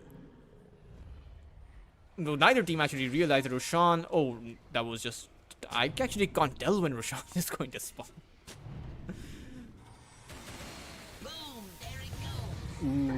They almost found another Trony, but it seems like Jaelong, he still wants to be going for that prize. The Lotus Orb will come in place, but the Ravage to come out. And OG, they have been stunned up on 4 of their heroes. Watska want to be coming in. Yadomi comes in with the hook shot. The Echo Slam goes out, and Pike is in trouble right now. In that Macro Fire, is forced to be disengaging, but Sacred is going to lose his life. Instantly going to go for the buyback, and the Templar Assassin will also fall. Waska, they almost found the right initiation, but OG were able to turn it around. And they will find themselves with 3 heroes, even forcing the buyback on that Tidehunter. And they'll even find Roshan. The big question is, does Waska come for the contest? It falls so incredibly quickly that I don't think they're even going to be able to, even if they want.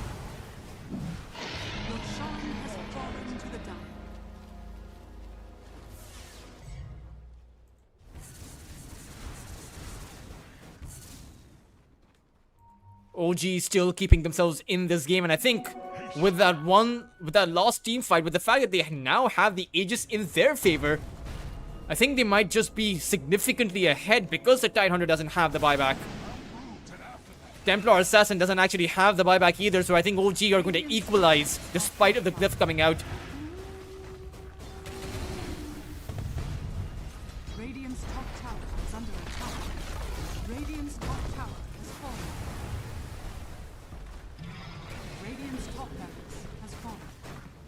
second lane of Radiant's barracks top is barracks are under attack. to be under threat, and Wesker, I think what they're waiting for is their Templar Assassin to respawn. The Cliff is also going to come out. It is going to push OG back, but I don't think that OG are going anywhere. I think they want this second lane. Its middle tower has fallen. Maybe even the game, if Wesker decide to force the issue, it does seem like they are posturing towards it. Sacred will walk on forward, but not really using his blink to initiate. The rocket flares are going to catch out everyone. Hero is going to cancel his teleportation in favor of starting a fight. The Ravage comes out, but the Pulverize is the real issue. It is holding the Nature's Prophet in place. The Aegis will fall. However, Waska have used everything, and Sacred needs to be careful because it's his buyback, but a nice ultimate coming in from the Willow. Fearing the OG, 3 of their heroes are forced to run back. But Hero wants to be fighting back against Spike, the Templar Assassin, who does use the BKB, but the Sprout as well as a double Macropyre will mean his end. And the Clockwork will fall too. The buybacks are going to be coming out from both of these sides. They want to be going all in. They recognize the fact that maybe, just maybe, the Templar Assassin doesn't have the buyback. That must be what OG is thinking, and they want to be forcing it out even if there's a small chance that he does. Radiant's bottom tower is under attack.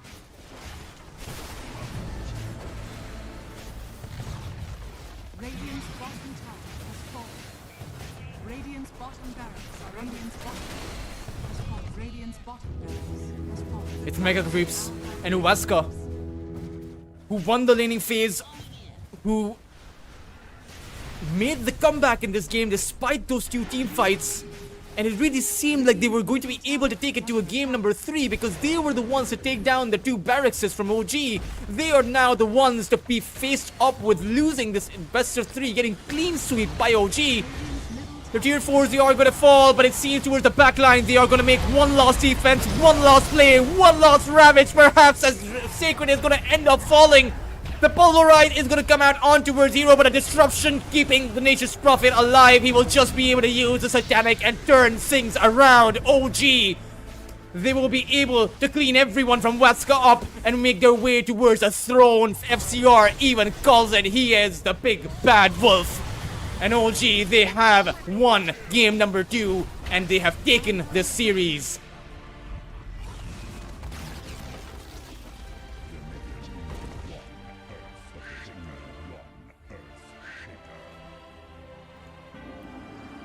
Oh man, what a series coming out. And this was just a debut, guys, of America's Convergence series number 2. Remember, it is a round robin. Waska, with how much pressure they were able to apply on OG's squad, considering how well OG looked in game number 1, I do think that Waska are one of the stronger teams out there in America's Convergence, despite of not being successful here today. Right, I really do think that they are going to be making it into the playoffs as well. Overall, though, phenomenal series coming out from both of these sides. Very hotly contested, very back and forth in game number 2, even if game number 1 was a bit of a stomp. But OG versus Waska, I wish them the best of luck. OG, of course, are going to be at the top of the group stage because it was a debut match. Nothing too interesting there. But of course, both of these teams, it is a single group round robin. So both of these teams will have to play against 8 other opponents. So plenty of chances for both of these teams to be making it. Plenty of chances for all of the other teams out there to be making it. You're going to be playing against 9 teams in total. And of course, we have another best of 3 lined up for you guys. It is going to be played between Allstars and Easterbacks, and that will be played in about half an hour. So don't go anywhere. Or rather, you can go anywhere. Grab yourselves some tea, but be back in about half an hour as we take it to for the second series for today between Easterbacks and Allstars. So I will see you guys there.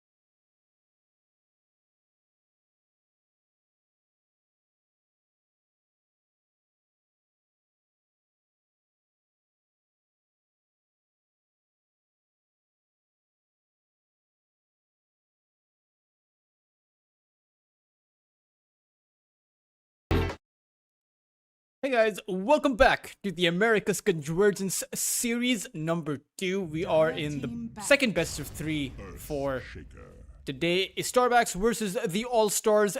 And just to give you guys a bit of a recap, this is the second best of 3. The first one, the debut match of the tournament, was between OG Latin America versus Vasco. Sorry, it just slipped my mind. Mostly because OG destroyed Vasco in game number 1. However, game number 2 really looked like Vasco would have been able to win it out. I mean, they had the net worth advantage. They had the Raxes down. All they really needed to do was close the game out. Unfortunately, OG turned out to be the better team, and they did not allow Vasco to come up with the comeback.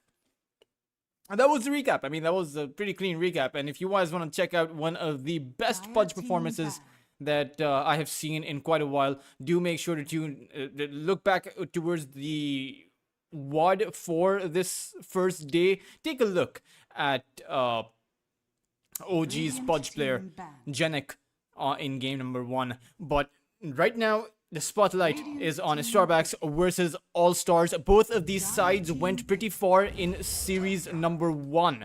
In fact, I believe Easterbacks actually came in third, or yeah, Easterbacks were the third place for the series number 1, and Allstars were in 4th place. So both of these sides, they are pretty similar. We actually had Easterbacks and Allstars play against each other on the 4th of August for America's Convergence Series 1, and Easterbacks managed to chuck out the win 2-1. It did come down to that game number 3, which lasted over 40 whole minutes before we had a winner.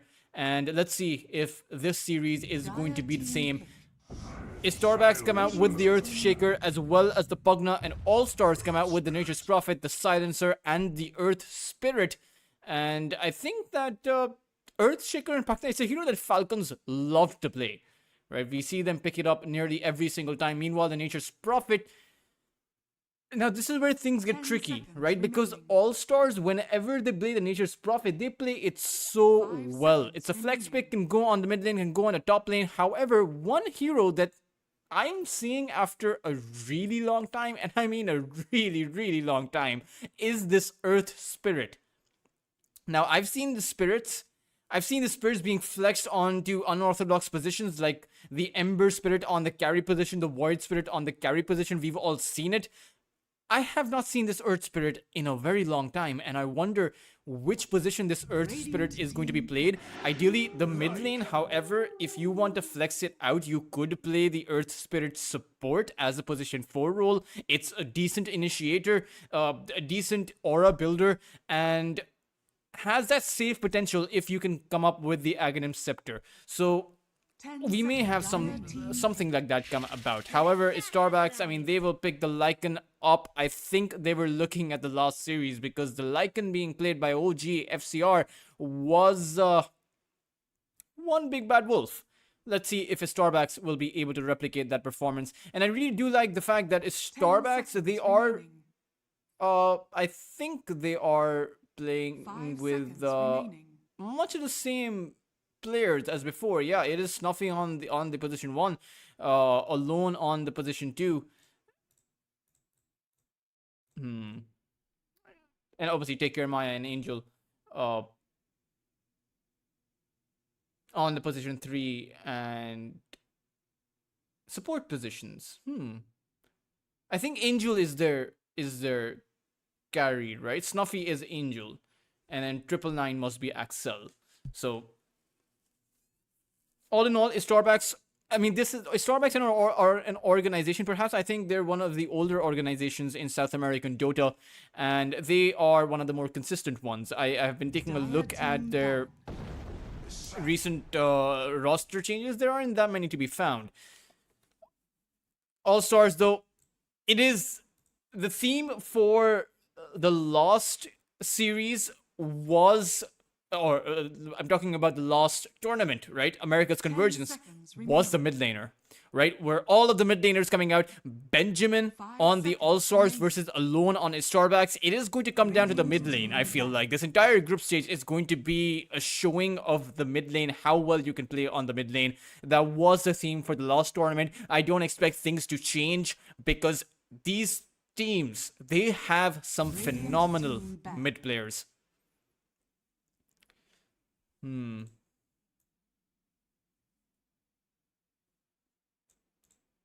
The Leshrac to come out, nothing too surprising. I mean, All-Stars love to play the Leshrac, right? Even in the last tournament, they played the Leshrac so much, so often. Have a lot of success with it, right? That cannot be doubted even for a second. However, at the same time, teams can play against the Leshrac, right? If you are able to stack up enough damage, something that is lacking right now from Easterbacks, I will say that. I mean, you have the Willow as a support to bring in the damage. You have the Earthshaker as well, but Lycan deals a slow burn, at least until he can close up the distance, and then he's able to actually stack up the damage, right? The Pugna's Decrepify, unfortunately, will not be helping him, not in this game, and I don't think the Life Drain will be of any use either, because you have the Silencer, the Nature's Prophet, the Earth Spirit, Leshrac, so many heroes that deal a lot of magical and pure damage, if we talk about the Edict, and then the Nature's Prophet, that not only deals a lot of magical damage through that Nature's Wrath, but also a lot of physical DPS at the back of, just the items he likes to make on that carry role. It does mean that All-Stars will be playing an Earth Spirit on the support position or on the offlane position. That is still open for them. 10 seconds remaining. 5 seconds remaining. Dire team pick.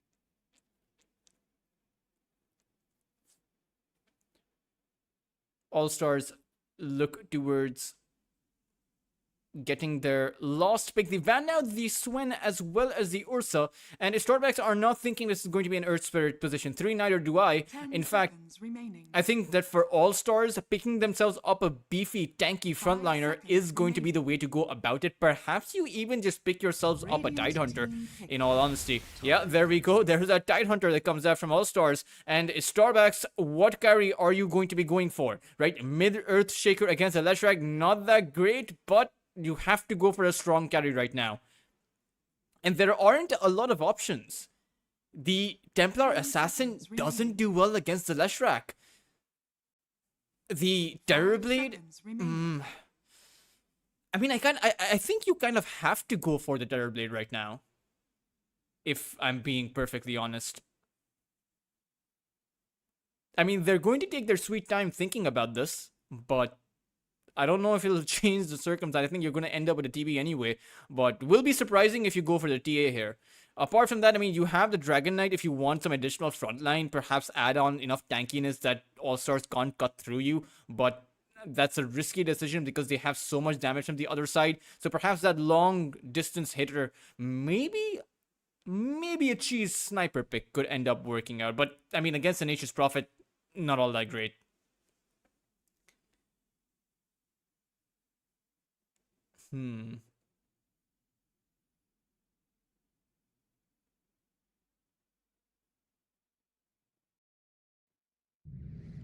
Easterbacks, they are going to go for the Lifestealer. Interesting pick to come out from them. I mean, inside of the Global Silence, the Lifestealer can't exactly do all that much, but I suppose I get the idea, right? You can block out most of the magical damage that's coming out from the other side, apart from the Edict. In fact, I think you can block out the Edict too. I will make sure.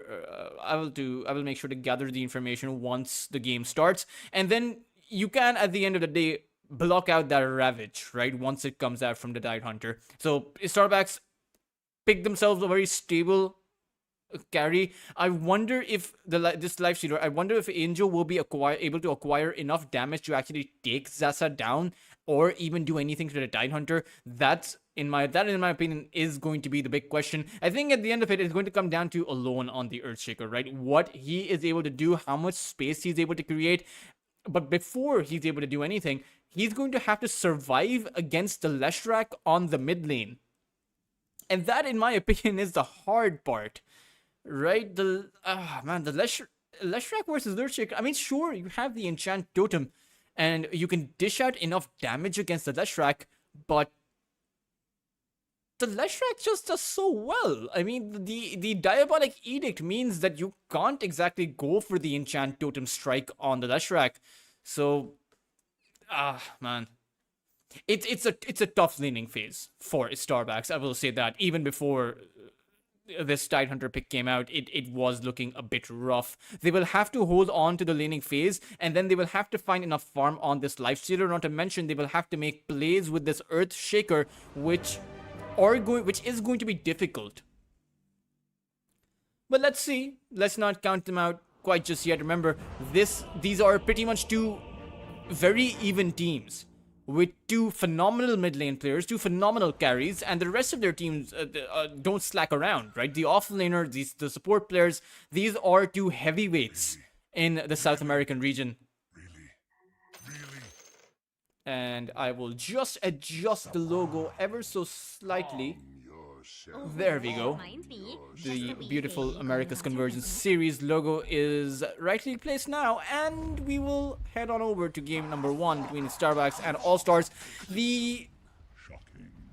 Both of these sides actually they're going to go for the smoke play. This is going to be good. Did I do that? Time to earn myself a bad reputation. Interesting.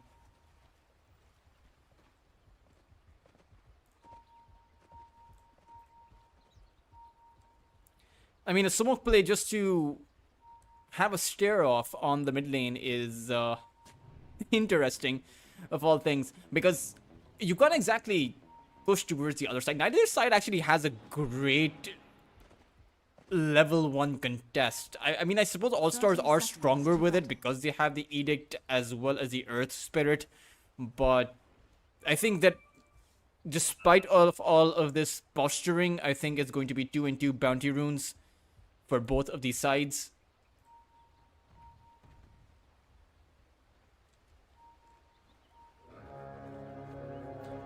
The horn is going to be blown, and there's an aggressive observer ward over from the side of the All-Stars on Easterbacks territory. So it does mean that the entirety of Easterbacks, they are visible, and ASA will actually be able to sneak a bounty rune. That means that All-Stars will be able to grab themselves up that extra third bounty and will have 200 more gold to start off with compared to Easterbacks. So a nice sneaky little play from this Earth Spirit. You rock.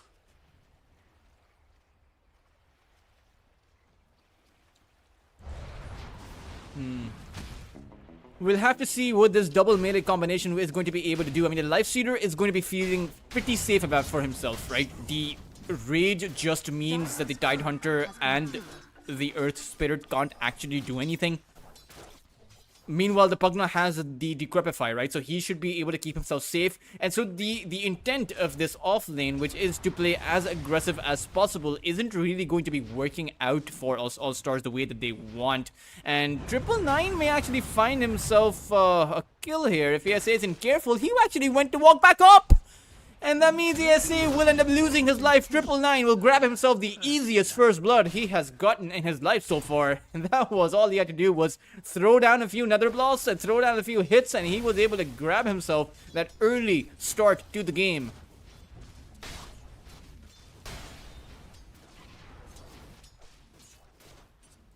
Oh man, that was not a kill that I was expecting. I mean, All-Stars quite literally walked back into that one. Walked back right into that one.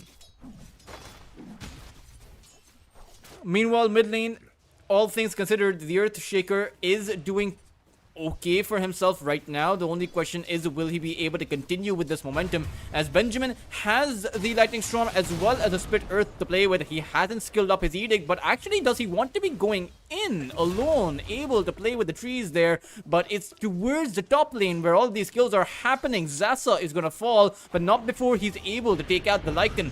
And now Feeling and Monty are going to go 1-to-1. Monty finds the root. Unfortunately, he will end up eating the tower hit and will fall. Allstars come out ahead towards the top lane.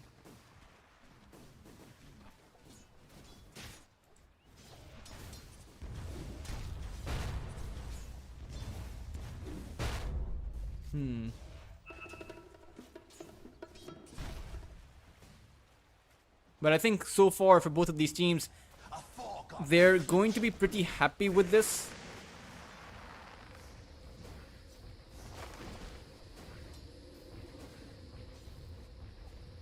I'm toying with you. You understand?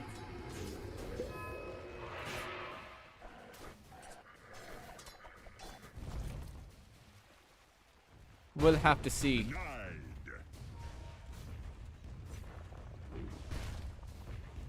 Nice denies being found by Alone. And Benjamin isn't really skilling his Pulse Nova, or rather his Diabolic Edict. I wonder what the idea is behind this skill build, because with the Edict, you can just essentially run over the Earthshaker. He is a melee hero. Now we'll have an Edict, but it's just level 1. It doesn't actually do all that much damage at the level 1 mark, but so far so good. I mean, I suppose Alone is going to be happy with that.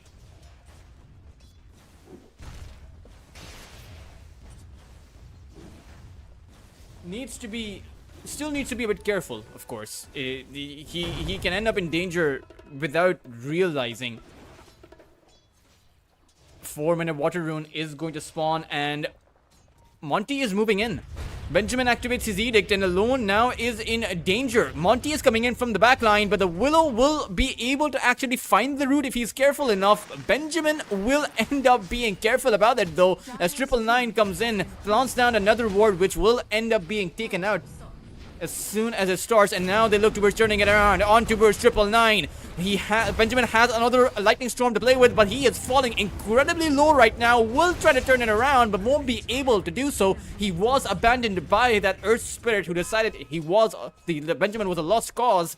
And Allstars, they tried to come out with a sneaky play, however, they ended up losing on the mid lane. Dire's middle tower is under attack.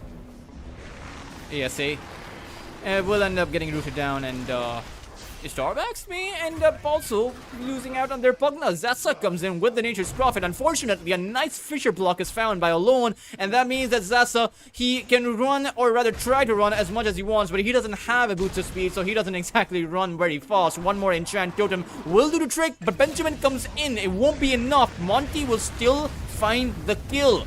And now Alone doesn't actually have that Echo Slam. However, it won't matter. Benjamin died as soon as he respawned, and ASA also just happened to respawn. This is a bit of a disaster for the side of Allstars, as they're going to end up losing 2 of their heroes back to back. Not spirit. Oh man, that was got really shaky from their side.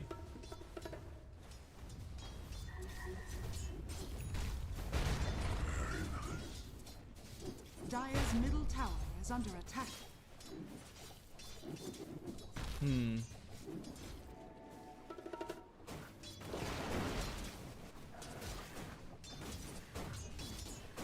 Dire's middle tower is under Still though, it's not a huge loss for the All-Stars. They can come back into this, but not if they keep on feeding these kills. I mean, Alone now on the silencer. Feeling was the only one doing so well for himself, but now he isn't looking too good. He will end up falling, and this mid lane is now very vulnerable to 999's Nether Blasts. It is level 2. So it doesn't do as much damage as a level 4 Nether Blast, but it does plenty. I mean, Radiant around 120 damage per blast. And they even found Benjamin once again, 3rd time in a row. The Leshrac falls. Easterbacks are able to recognize who the threat is, and it is Benjamin. The Earthshaker throws down the Echo Slam. Won't be enough to save his life. But Allstars, they are constantly being forced to come to this mid lane to try and contest Easterbacks. And that's actually leaving Easterbacks heroes safe to farm. Once again, Monty now the one in trouble, and it does seem like Zasa will be able to find him with that Sprout. However, Angel comes in, finds himself an easy double kill, and even the triple is going to be found by him. It would have been found by him, but 999 comes in with the Nether Blast, and that is 3 heroes down by the All-Stars, and they only found the one support Willow. That is not a good look. And it doesn't even stop the pressure here, right? Because 999 stayed alive through all of that, he can just continue to throw down the Nether Blasts. One more blast and this tower will fall. Or 2 more blasts and the tower will fall. Dire's top tower is under attack.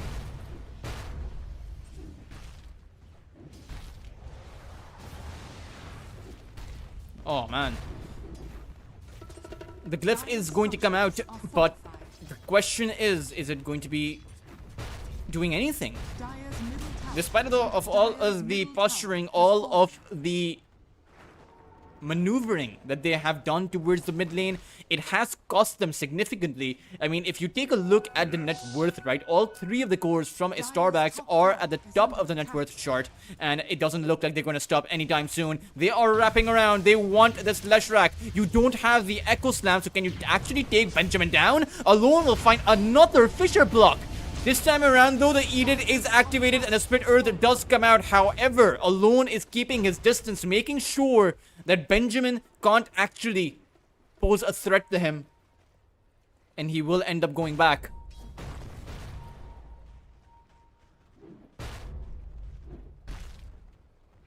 Coin for me.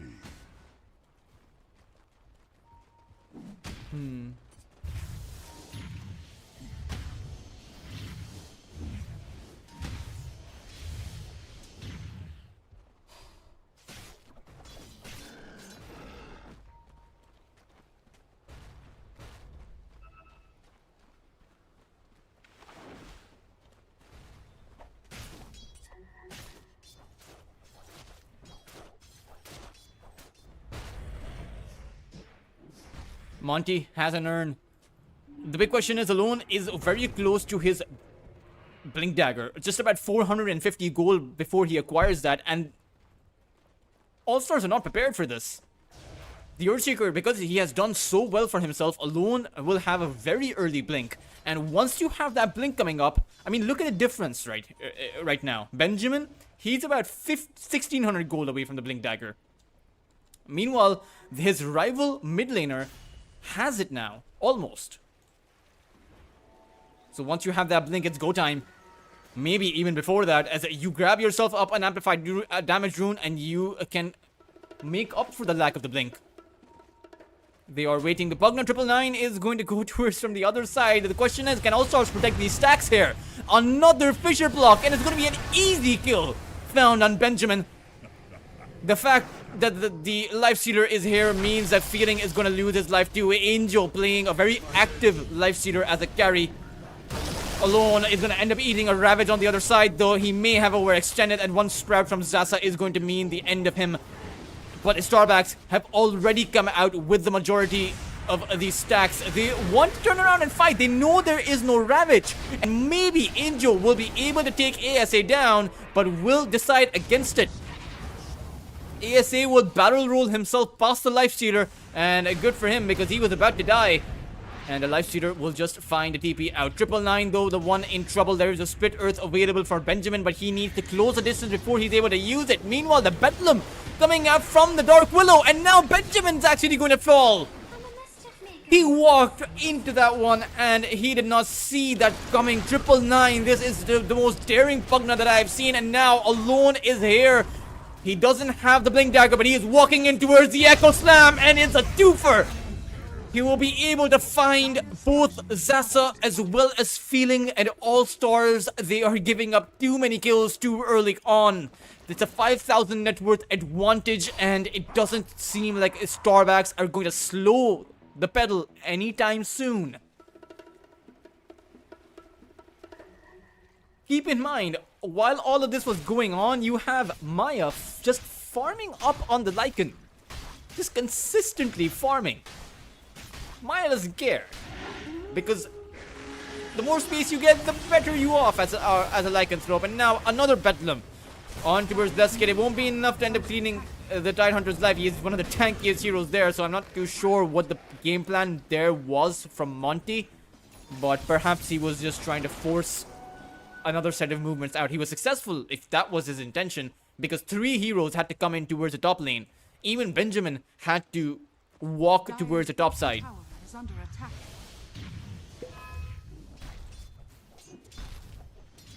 Radiant structures are fortified.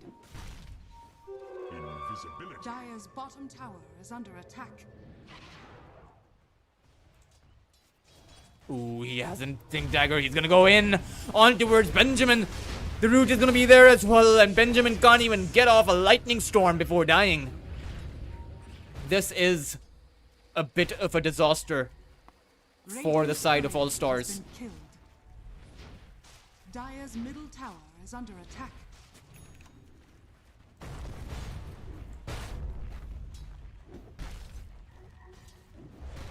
Dire's middle tower is under attack. Global silence? It's a clean angel up. I mean, using a global silence to take down the carry, that is going to be worth it every single day of the week because you are playing from behind. But right now you're losing your own carry. Zasa ends up falling, so this is a near even trade out. It does favor Allstars considerably, considering the fact that they are down on net worth. Right, 6,000 net worth down.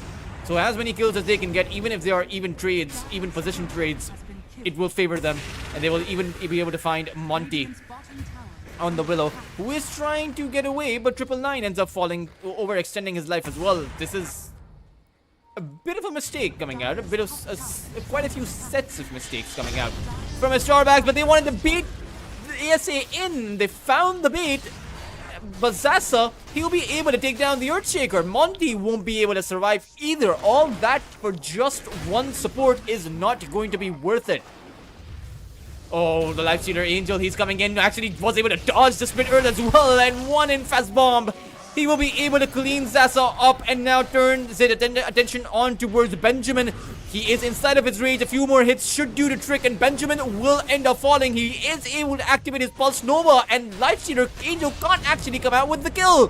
The Glimmer Cape from 999 keeping the Lifestealer alive, and now Maya comes in from the backline inside the Shapeshift. He is a big bad wolf, and Maya is now on a double kill and may even be able to find himself a triple on the Lycan if he can take this Tidehunter down.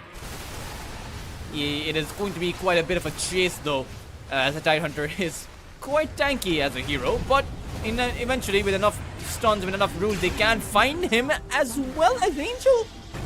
I'm not too sure what the Lifestealer was doing there, but at the end of it all, it is going to be quite a lot of kills being found by Easterbacks, and I think they're going to be happy with that. Allstars, turns out, they were the ones who overcommitted past the point of them being able to take the Earthshaker down. They really should have just disengaged entirely.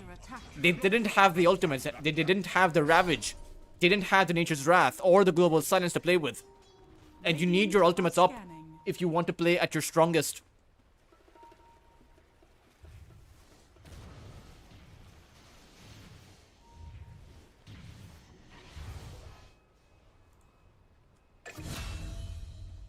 Dire's bottom tower is under attack. And Zasa really needs to be careful. I mean, teleporting yourself towards the bot lane where Easterbacks have 3 heroes, that's not the right idea. Allstars really have to collect themselves together if they want to come up with a comeback. I mean, right now the game is kind of snowballing out of control if you are Allstars. Don't have too many rooms for error anymore.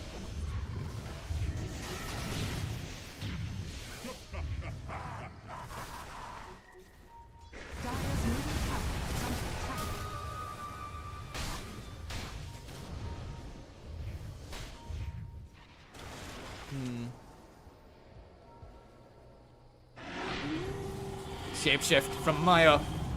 Wants to be going in. He saw a feeling but I have a feeling the creeps would have been enough to actually take his life, maybe even enough to take ASA down. He finds a battle roll the other way. A nice cheeky little escape there, but there won't be an escape from this. Like, I mean, it's straight up impossible to contest the shapeshift right now. I mean, Maya is just super strong. Has a Hyperstone as well as a Helm of the Overlord. Will be able to acquire the plate mail as well, and will have the assault quarters built up by that 20-minute mark. It is looking straight up impossible.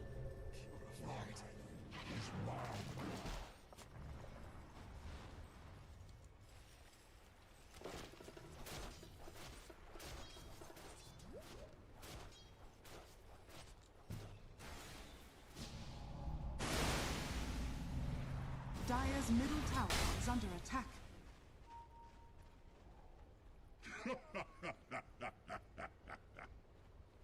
Dire's top tower is under attack.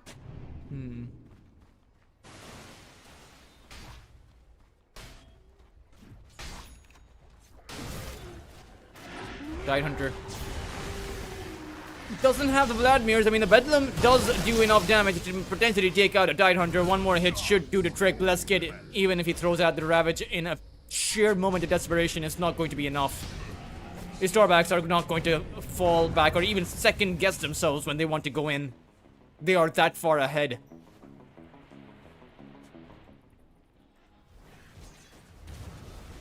Lifestealer. Now on towards Zasa. The stun to first start things off with. A few more hits should do the trick, and the Lifestealer actually melts the Nature's Prophet at this stage of the game. I mean, Zasa only has a Mjolnir, so doesn't actually have that much to survive with against the Lifestealer. Can't actually fight back. It's going to be a while before you can fight back, and you may not even get to that point, because 999 with the Nether Blast is... This is his 5th or 6th tower. He's just using the Nether Blast. He just wants to take these towers down. Dire's bottom tower is being denied. Dire's middle tower has fallen. Radiant are scanning.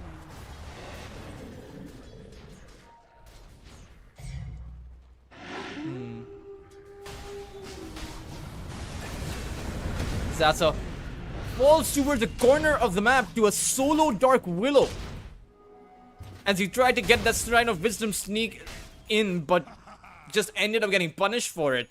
And that is... Can't really describe the state of the game in a better way, right? When your carry dies like that to a solo Willow. I mean, Monty is 8, 5, and 14. Has an urn. As soon as you go on the Willow, you're going to end up eating the Bedlam.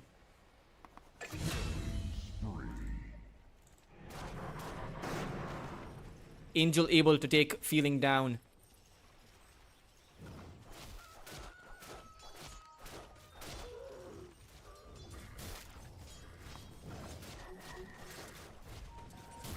And it's very clean what the Easterbacks are doing. They're just playing this pure and simple.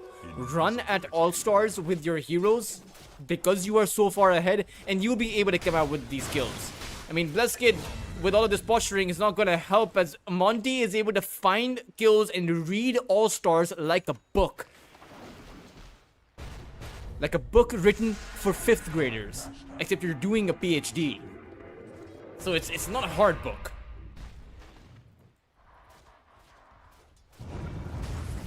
Now they want to make a move towards the Lifestealer, but they couldn't find the stun! The Ravage has to come out, and they will be able to find him. Angel does fall, but that got a bit too slippery there. But sure enough, if you're this far behind, you even use the Ravage, right? Use everything you have as long as you can get the kill. Because right now, Easterbacks possess so much map control, infinite amounts of map control, because the Shrine of Wisdom is no contest for them. Neither are a lot of these kills that they can get. Blessed Kid now has a lot to survive with, so I don't think he's gonna end up falling here. I think that Easterbacks are just gonna push him back, but will not be able to get the kill.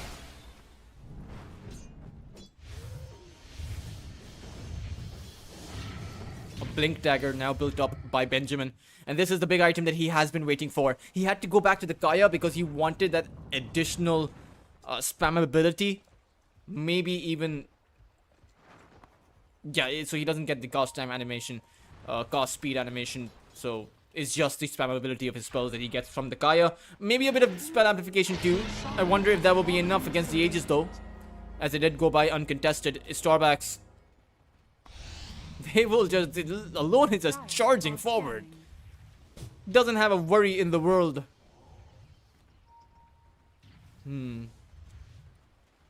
Let's see what he's going to be able to do.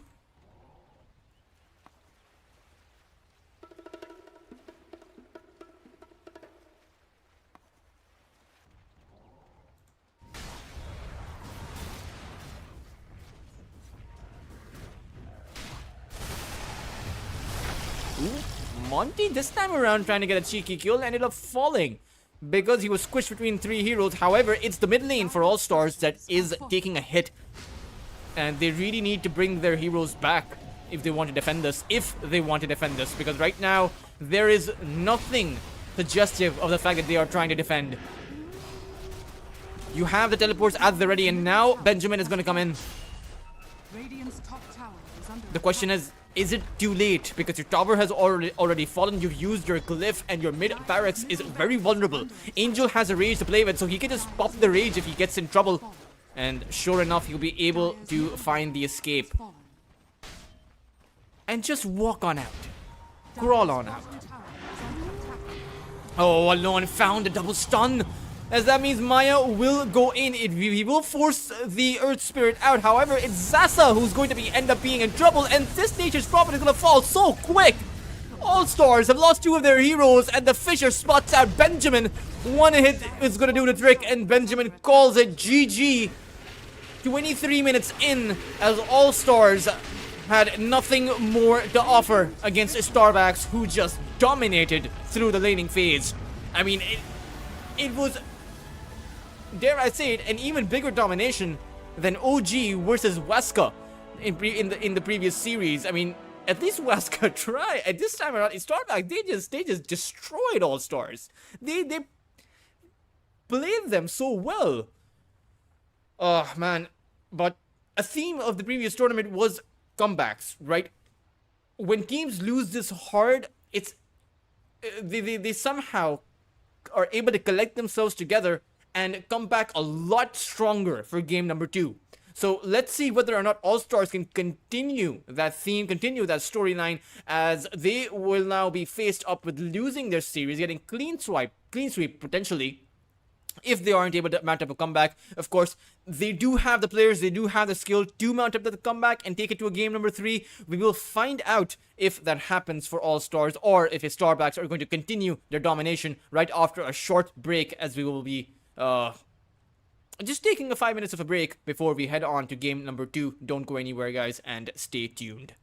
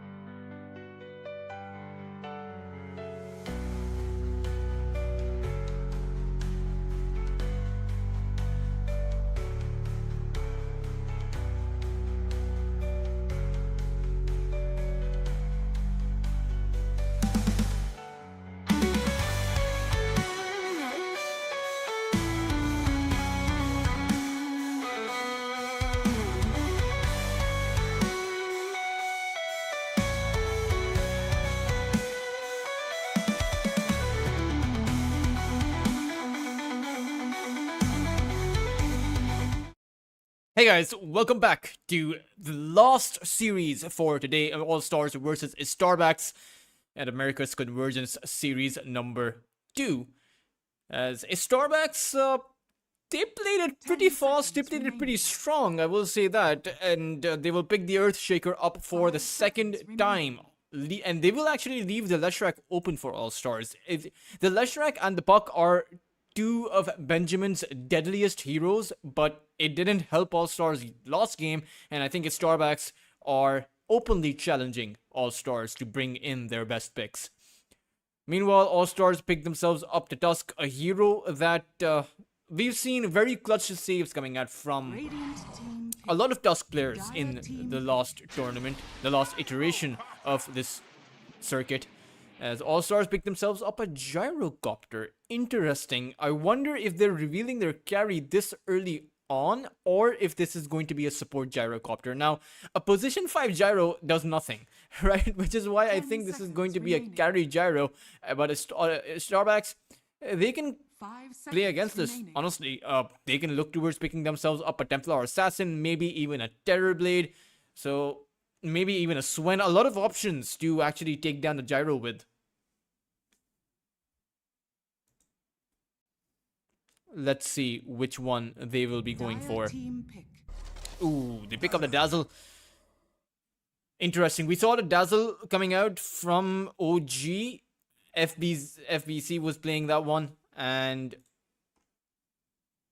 oh, sorry, FCR, not FPC. FCR was playing the Dazzle 10 in game number seconds 1 between OG and Weska. Did phenomenal, and I think that this is going to be a 5 position seconds 3 remaining. Dazzle. I mean, the Dazzle versus the Gyrocopter Radiant does do team pretty pick. well. The Poison Touch is just a great ability against the Gyrocopter, and Radiant Starbacks team also picked themselves up a Mortha, and I wonder if this is going to be a Mortha carry, but All-Stars, they're the ones to come in with a sneaky Techies pick. And I don't know if this is going to be a carry Techie or a support techie. I say that because there was one tournament. 10 seconds I remaining. recall recently that they ended up playing a carry techies, 5 weren't seconds successful remaining. with it, but at the same time, it is one of the most annoying heroes out there.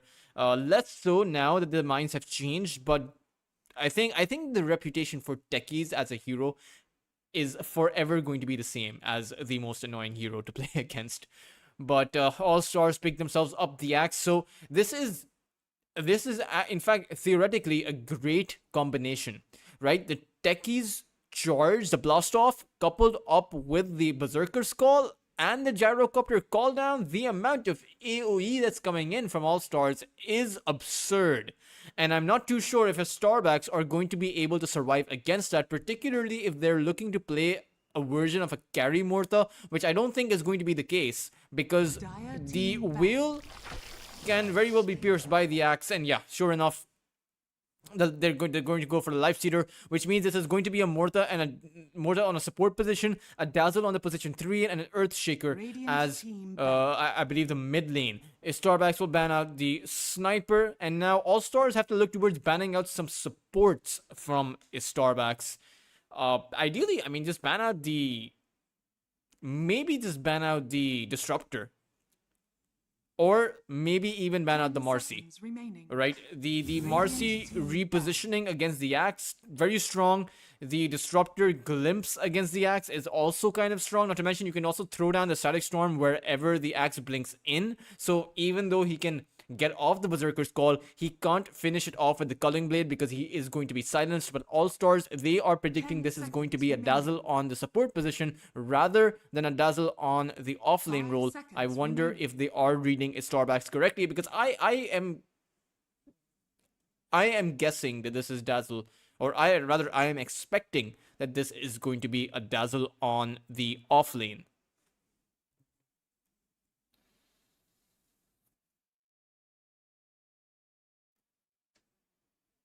Hmm.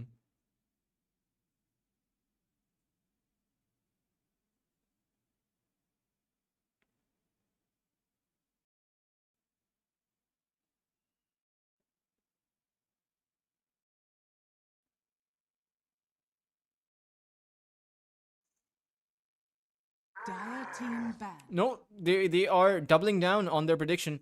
They will ban out the Underlord, as they are also predicting this to be a dazzle on the support role. And I think they're doing that because you have the axe, right? The Culling Blade will go through the Dazzle's grave, which is why I think they're predicting that. But I think the Dazzle on the offlane role is very strong, even outside of the Shallow Grave. Just the amount of heal that he is able to provide. All he really needs is some farm. All he really needs is his one Aghanim Scepter, and he is like fully online. But Easterbacks, I mean, all questions are going to be answered now.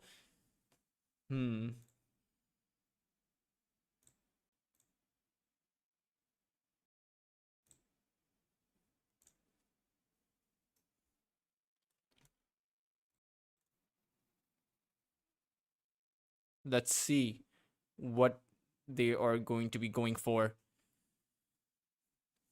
Down to about 40 seconds of reserve time.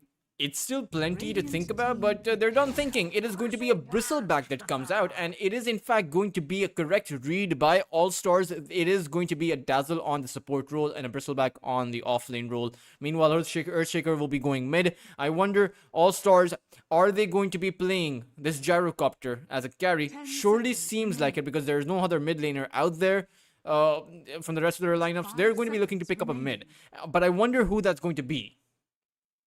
The Leshrac is still open in the pool, right? You have the AoE, and I think this time around may be pretty good, especially the pure damage coming out could be pretty good against the Morta. But considering how well the Leshrac actually worked out for Allstars in the last game, they may want to pick themselves up a different mid laner. Maybe even one of the spirits wouldn't be all that bad. Could go for the Storm. Could go for the Ember. It's going to be the Storm. I've seen Benjamin on the Storm. Does do very well.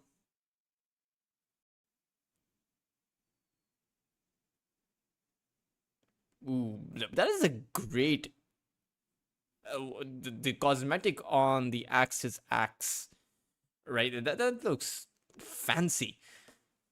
Coming back to the game though, in looking at these two matchups, I mean, sure, I think the Storm Spirit was a good pick for Allstars. They agreed. They picked up the Storm. However, I do think that Easterbacks have the better draft. It's not by a significant margin, but it's still quite a lot. Quite a decent margin. However, Easterbacks are going to have a difficult time actually going to the high ground of Allstars because you have the techies. Right, it's always very difficult to go high ground against the techies, and very difficult for Alone to be making those risky blink ins, considering that you may be blinking yourself into a minefield. So let's see what the game plan from Easterbacks is going to be. I do think that 1-to-1, I mean, the Lifestealer is pretty good against the Axe. Maya on the Bristleback, it could end up working out in the Bristleback's favor. I mean, Bristleback is one of the strongest laners out there. And then you also have the Dazzle who can come in with a clutch Shallow Graves, as long as you can make sure that Blessed Kid can't get off his Culling Blade. So it's a lot of scenarios all over.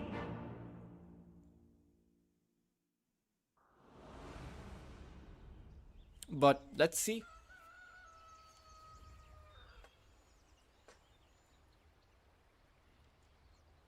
Prepare for battle. Game number 2 now on our screens. I will once again adjust the logo there for you guys. And another 5-man smoke coming out from the side of Easterbacks, as they want to be Looking good. going for an early rotation. This time around, it's actually going to be a wraparound through the triangle. They may find themselves an unsuspecting Allstars. However, Allstars are playing this one very careful. Last time around, ASA actually managed to grab himself that sneaky bounty rune at the back of that rolling boulder with that Earth Spirit. This time around, it won't be there. And you also have a more consistent draft. I do think that the Earth Spirit in the last game as a hero, it's not in the meta for good reason, like we all saw. 30 seconds to battle. Of course, Techies isn't exactly in the meta either.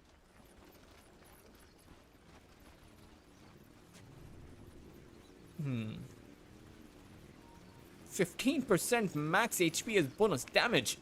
Spleen Secret Sauce. That's an absurd amount of damage. I'm going to be honest. I mean, at the level 1 mark, it deals about 200 plus 15%. Let's see. 10, 100, 300 damage at the level 1 mark. ASA, he's looking for the blast off, but won't be able to find it. And it is going to be 3 bounty runes, actually. Going to go the way of Allstars once again.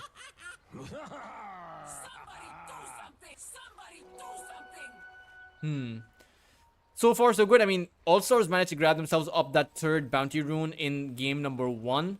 They're going to be able to do the same thing. Let's see if it'll make a difference this time around, though. Their laning phase really needs to be on point. I mean, Easterbacks are playing a more passive lineup this time around, right? The Dazzle is going to be defensive because he's a support. The Earthshaker is against the Storm Spirit, so he doesn't have that easy entry even if the supports rotate in. And it's actually going to be Zasa who finds the first blood on towards Monty. This is a different lane, though, for Allstars. I mean, their safe lane looks super aggressive. If you're caught in by the shards, then all Zasa really needs to do is come in with the barrage. And that will result in a kill. And Morta doesn't actually have any survivability built in, only has a dead shot to actually send a few heroes back, but that's just about it.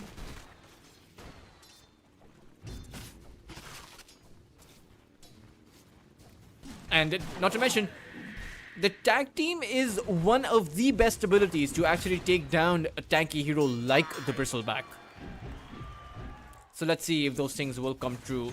Let's see what kind of a collision those synergies will have over on the bot lane. I do expect a lot of kills to be had over on the bot lane. And for the top side, I think that Angel will just farm to his heart's content. And 999 will just make sure that he can do so.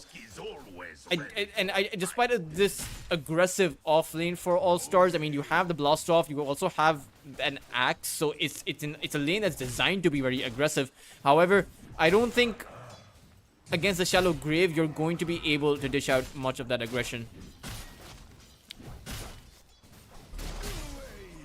Grain's creep finally being found after a tumultuous exchange between both of those sides.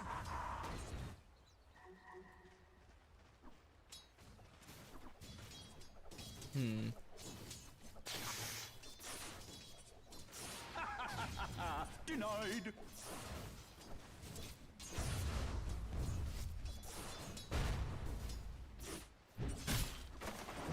This time.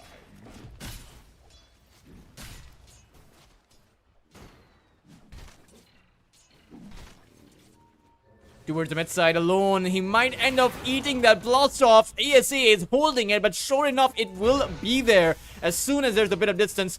Turns out Benjamin may not even need the blast off. He's just going to be able to take Alone down anyway, and this is a completely different game.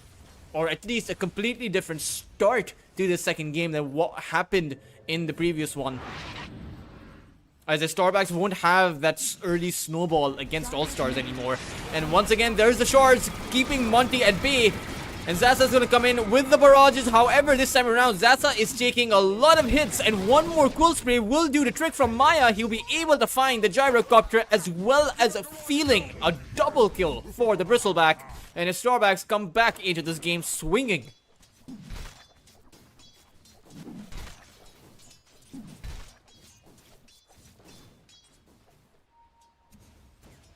If you're Allstars, you may want to consolidate your lead and don't give up too many of these kills to the other side. I mean, things can quickly get out of control if you end up doing that. Not against the Bristleback. It's going to be, if you give any more kills away to the Bristleback, you may find yourself in a circumstance where you're getting pushed out of the lane, forced to go to the jungle, and a Gyrocopter doesn't want to be doing that, at least until you have either the Chrysalis or the Aghanim Scepter.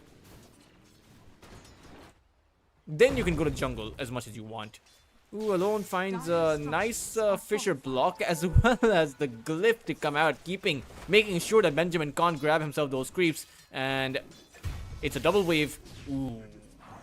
That kill should never have happened for Allstars. I mean, that death should never have happened. Blessed Kid on the Axe goes down to the Lifestealer. He's not a hero that actually has a lot of damage. All he has is a slow, but then you also have the added slow coming in from 999's Poison Touch.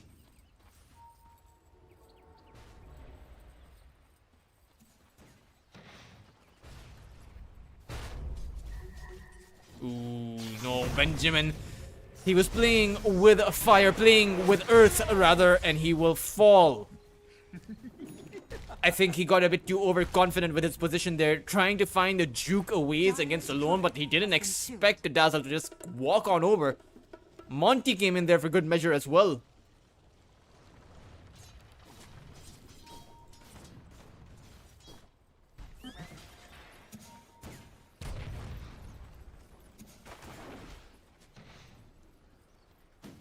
I have bunching for you.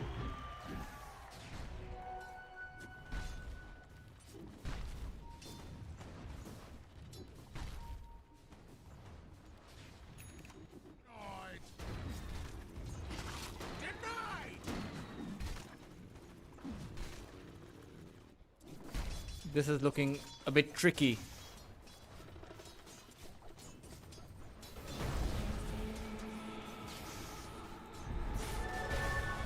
Near the bot side, Power Rune though. Alone will end up being graved up, so he isn't going to end up in trouble. He is looking for a way back in, but not against the blast off. He can't go in to support the Dazzle. 999 will end up losing his life, but it's just going to be one support death at the end of it all. Not a huge loss for Easterbacks, and not a huge win for Allstars. However, it is Allstars who come out ahead in the sense that they really needed to bring themselves back into this mid lane. And Benjamin will hit his level 6. So now that Benjamin has his level 6, he has a Zaps to play around with. A natural pseudo Blink Dagger. Right? So until Alone actually has the Blink, the Storm will be doing very well for himself. Right? So ideally, Allstars make some kind of plays here across the map.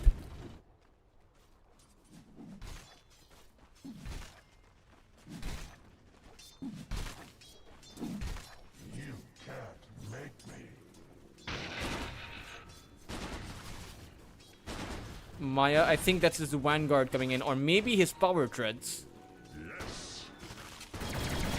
Maya really needs to be careful. However, the Life Stealer is actually coming in from the wraparound. The Snowball isn't going to be saving anyone. Sure enough, they will find 999. However, it's going to be a slaughter for Allstars, as they will lose out on 3 of their heroes for this. Just as soon as you have a few more Quills coming in, one more should do the trick. It was Benjamin who found a solo, or it wasn't a solo kill, it was Blessed Kid coming in to assist the Storm, but sure enough, that is a good amount of damage mitigation, right? Damage control, as 3 for 1 would have been terrible, but because you took down the Earth Shaker, that fight wasn't as bad. Blessed Kid playing at the edge of his life.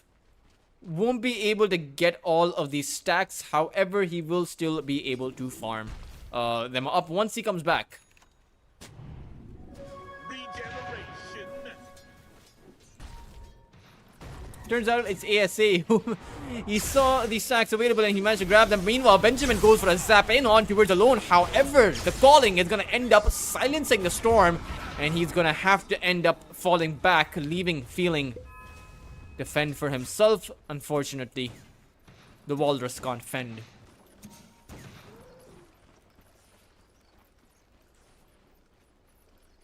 Dire's bottom tower is under attack.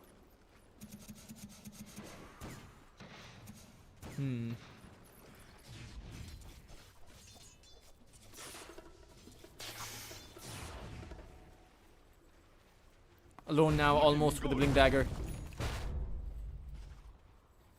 About 1,000 gold, so he's not almost to a Blink Dagger. He is 1,000 gold away to the Blink Dagger, so he needs at least 2 or 3 minutes before he's able to acquire that one.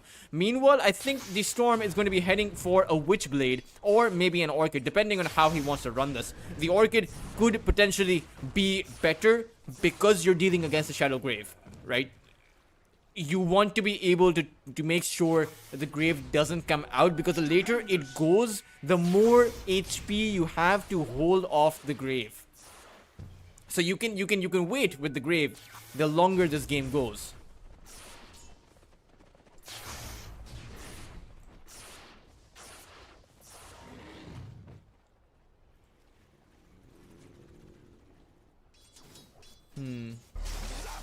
Triple nine.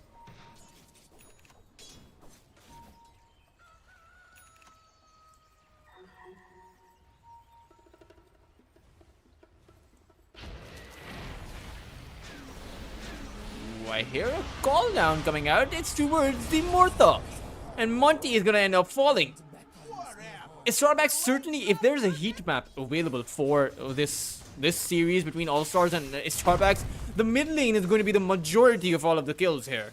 Right? Because sure, you got 3 kills towards the bot lane, but this area of the map is where all of the other kills have been happening. Angel just now going to farm up, lifesteal away from Blesskid, but he doesn't actually end up healing more than he loses. Because you have the counter helix. And it does deal pure damage, so... Despite his best efforts, Angel can't actually push the axe away from here. And the axe will have a vessel soon. At the ready. Radiant are I wonder if the vessel is the right build, or maybe he should have actually gone for the blink dagger, or maybe even the blade mail. I mean, Maya has a blade mail of his own.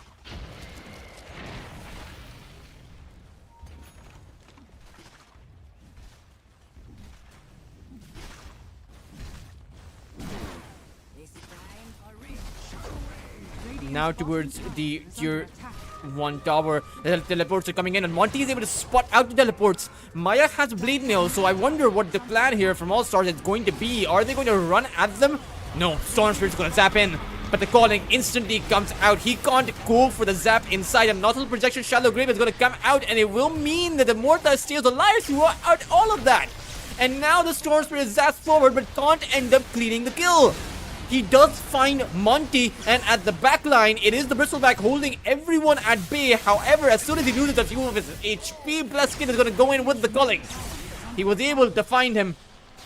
And now, 999 is unfortunately left alone, but alone comes in with the Echo Slam. There's the Blink Dagger reveal, and they will turn it around on the Storm Spirit. He will use the wand and try to zap away, but he doesn't have too much of a distance he can create. The Fisher will end up cleaning him out, as the Earthshaker alone trying to go for the body blocks, but oh, actually he found a nice little bounty rune. Will he be able to grab it? He does, giving him the mana for the enchant totem play, but he didn't actually dish out the damage because, interestingly enough, his enchant totem is just at that level 1 mark. He didn't actually choose to skill it out to the max.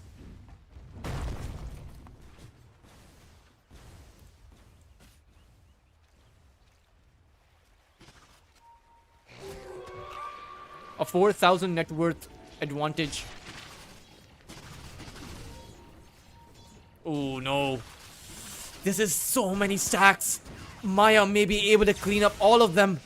The Storm Spirit gonna zap forward, missing the zap initially. However, he does have enough damage, but alone was there with the Invis. The blast off is going to mean that the Bristleback, or rather the Earthshaker, will end up losing his life. Meanwhile, the Bristleback just ends up walking away from that one. Still though, All-Stars will be able to find themselves with another kill for their troubles. The Culling Blade won't end up landing, but the majority of the stacks have already been cleared up by Easterbacks. However, they lost 3 of their heroes. So I'm not too sure if this is worth it, because they gave away 2,000 gold to the other side as well as 2,000 experience. So all in all, I would consider that trade to go in favor of the All-Stars. Dire's middle tower is under attack. Oh, Benjamin, he is going to be safe because the techies is there, and maybe Benjamin wants to turn it around on towards the Earthshaker. The Shallow Grave is going to be there. Blesskid wants to be going in, has no Culling Blade, but it won't matter. The Earthshaker is going to lose his life anyway. Angel is going to come in, but this is going to be a very slow poke. Now that he has the Radiance, though, things might end up being different. He deals quite a bit of damage, and Monty will find a dead shot, and Easterbacks will be able to acquire the tier 1 tower as well at the back of this. And Maya will... Ooh. I don't think that was intentional. I really don't think that was intentional. With the position of this Storm Spirit, I think that may have been a bit of a mistake.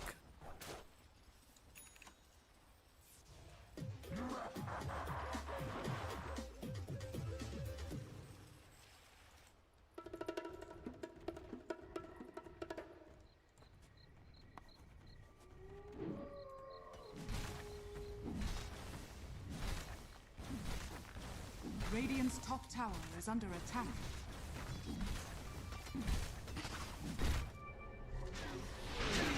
The call down to come out, but Zaza will end up losing his life. And even if they find the Dazzle here, it is still going to be in the Easterbacks to come out ahead. However, if they find the Life Stealer, they found the Orchid as well. An Angel will end up losing his life. That is a trade that is going to be worth it. Top tower has fallen.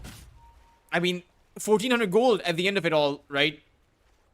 Taking a look at the net worth, it's 8500 for the Bristleback, 8100 for the Lifestealer.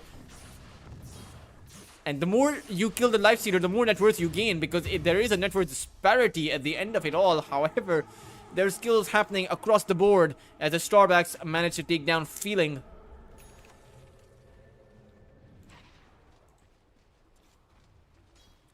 Dire are scanning. Maya is staring at the axe here, but I don't think he actually can get the kill. He is still charging on forward, has the Lotus Orb as well, so this Bristleback is actually incredibly farmed. And now Monty comes in with the calling, dead shot to land as well, and Alone is here waiting for the Fisher, and will find it. So a nice little kill being found by Easterbacks. They had to walk quite a bit of distance for that one, and I don't think I really did not expect that follow-up to be there. But Easterbacks certainly proved me wrong.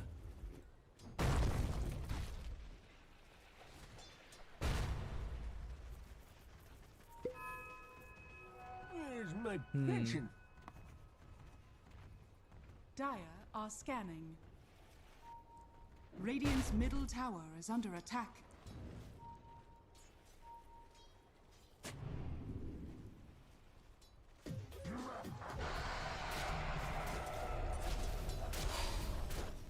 Angel, his rage is running out, and that means the storm is coming.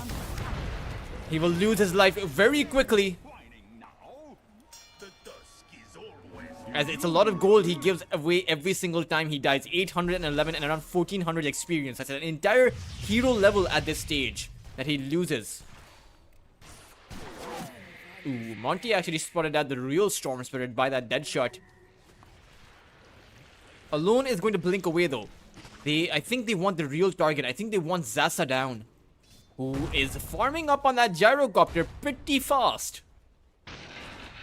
Dire's top tower is under attack. Maya will spot him out, however, towards the other side. Monty was found. Bloodskin was waiting for the gyrocopter, or rather was waiting for the Bristleback, but Alone is going to come in with another Echo and will be able to find the cleanup.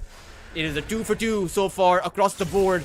But now, with Benjamin coming in, perhaps they can get this kill. However, 999 and the Lifestealer are here, and Benjamin has used the majority of his mana. The Fisher to come out, the Enchant Totem as well. A few more hits should do the trick, but Benjamin finds the zap away. The Poison Touch isn't going to be enough, as I believe it is just a level 2 Poison Touch.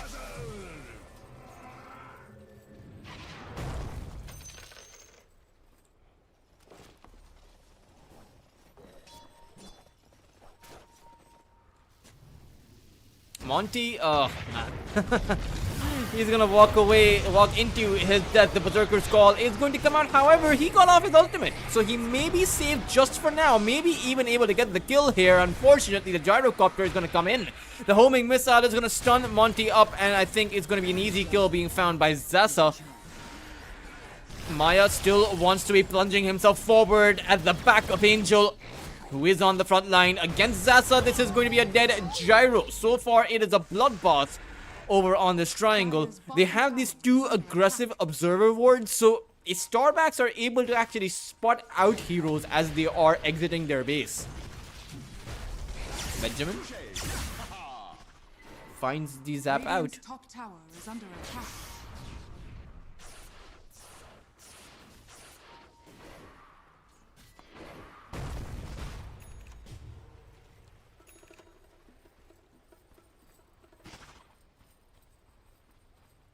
And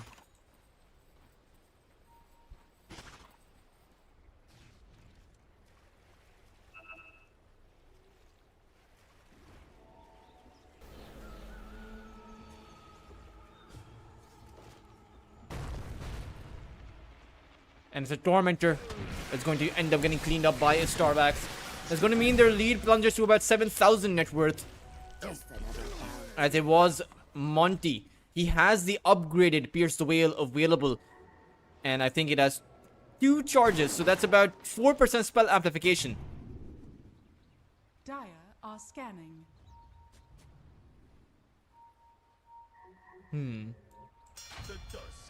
It's a Roshan play from the Allstars, but Easterbacks realize this. There is an Echo Slam available for Alone. He is waiting to go in. Benjamin finds the zap out though, and they find the Earthshaker. The call down to come down as well, but there's a shallow grave. It will keep the Earthshaker alive, and it's 2 easy kills being found by them. Monty even finds a death shot. However, there is no follow-up stun to dissuade the gyrocopter from just teleporting away. It is now inside of the Roche Pit, and Easterbacks, they will be happy with this. I mean, Allstars really gave up this Roshan, right? It was a lackluster attempt in the first place. They should have scanned out some heroes. They should have been a bit more careful about this. Maybe go for a smoke, but there's no way you can sneak a Roshan when the 2 tier 1 towers on the mid side, as well as the side that's closer to the Roshan pit, where Roshan is, are still standing. In this case, the bot lane and the mid lane tier 1 tower.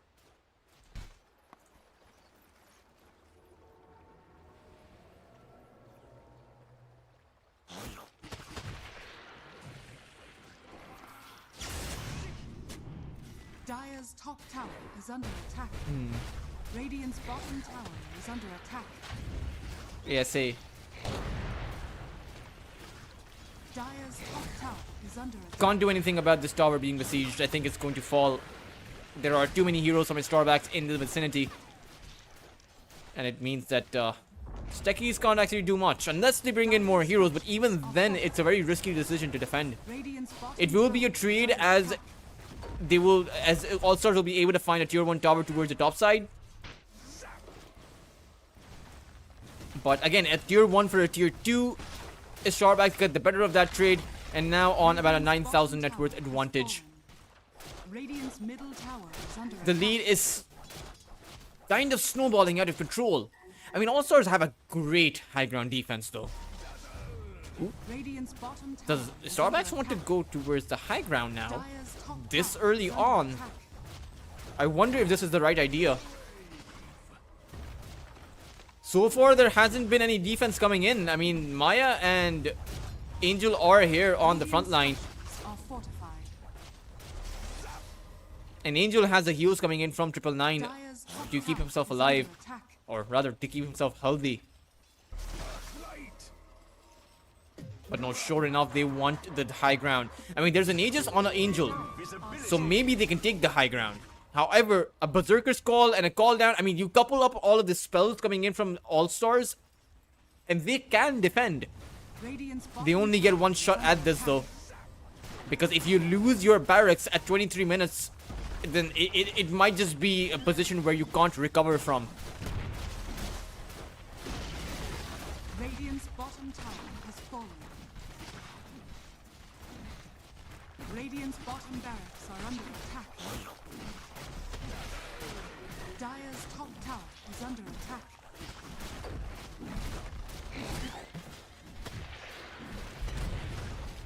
And it turns out Allstars are going to give it up without a fight. Dire's top tower. Oh no, the Storm Spirit's actually been caught out. Not only did they give this one up without a fight, they may actually lose heroes on the other side of the map.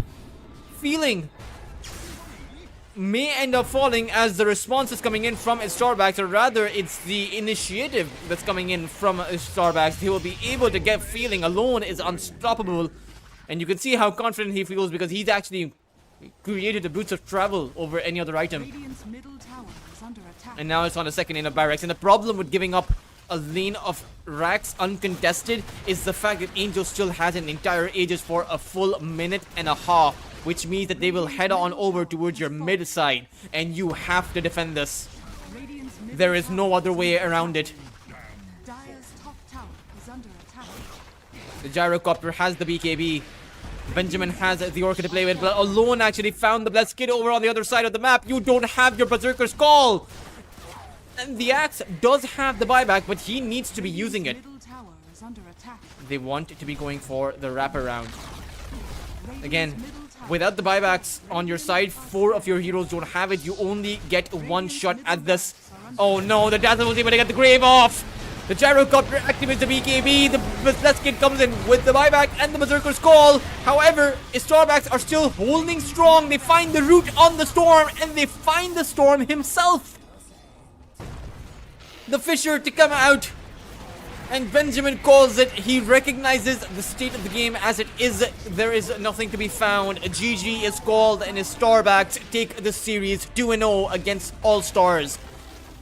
In a bit of a contrast, because the last time these two teams played against each other at America's Convergence back in series number 1, that series went to a 2-1 and actually favored, I believe it favored the All-Stars. I could be wrong about that, but it went to a game number 3. It went 43 minutes. This time around, everything changed. The Easterbacks seemed to be playing that much better, seemed to be able to have this kind of cohesive early to mid game where they just pack a punch. They force out all of these rotations and still are able to maneuver around the map. And this time around, it was enough for them to actually take out the series in a clean sweep fashion, something we don't actually see every day. However, guys, that was the last series for today. We will be back with America's Convergence Series number 2 tomorrow at the same time around 7 p.m. Or rather 8 p.m. Central European Summertime. Again, the same time that we started today. This was your host, Toltrus. It was a pleasure costing the South American circuit back in the previous tournament, and it is, I have a feeling, with the way that these games are going, with how back and forth they are, particularly Vasco versus OG Latin America, it is, I have a feeling, going to continue to be a great pleasure to cost this season as well. But I will be signing off, and I will be seeing you all tomorrow, again, 8 p.m. Central European Summertime. Thank you for tuning in.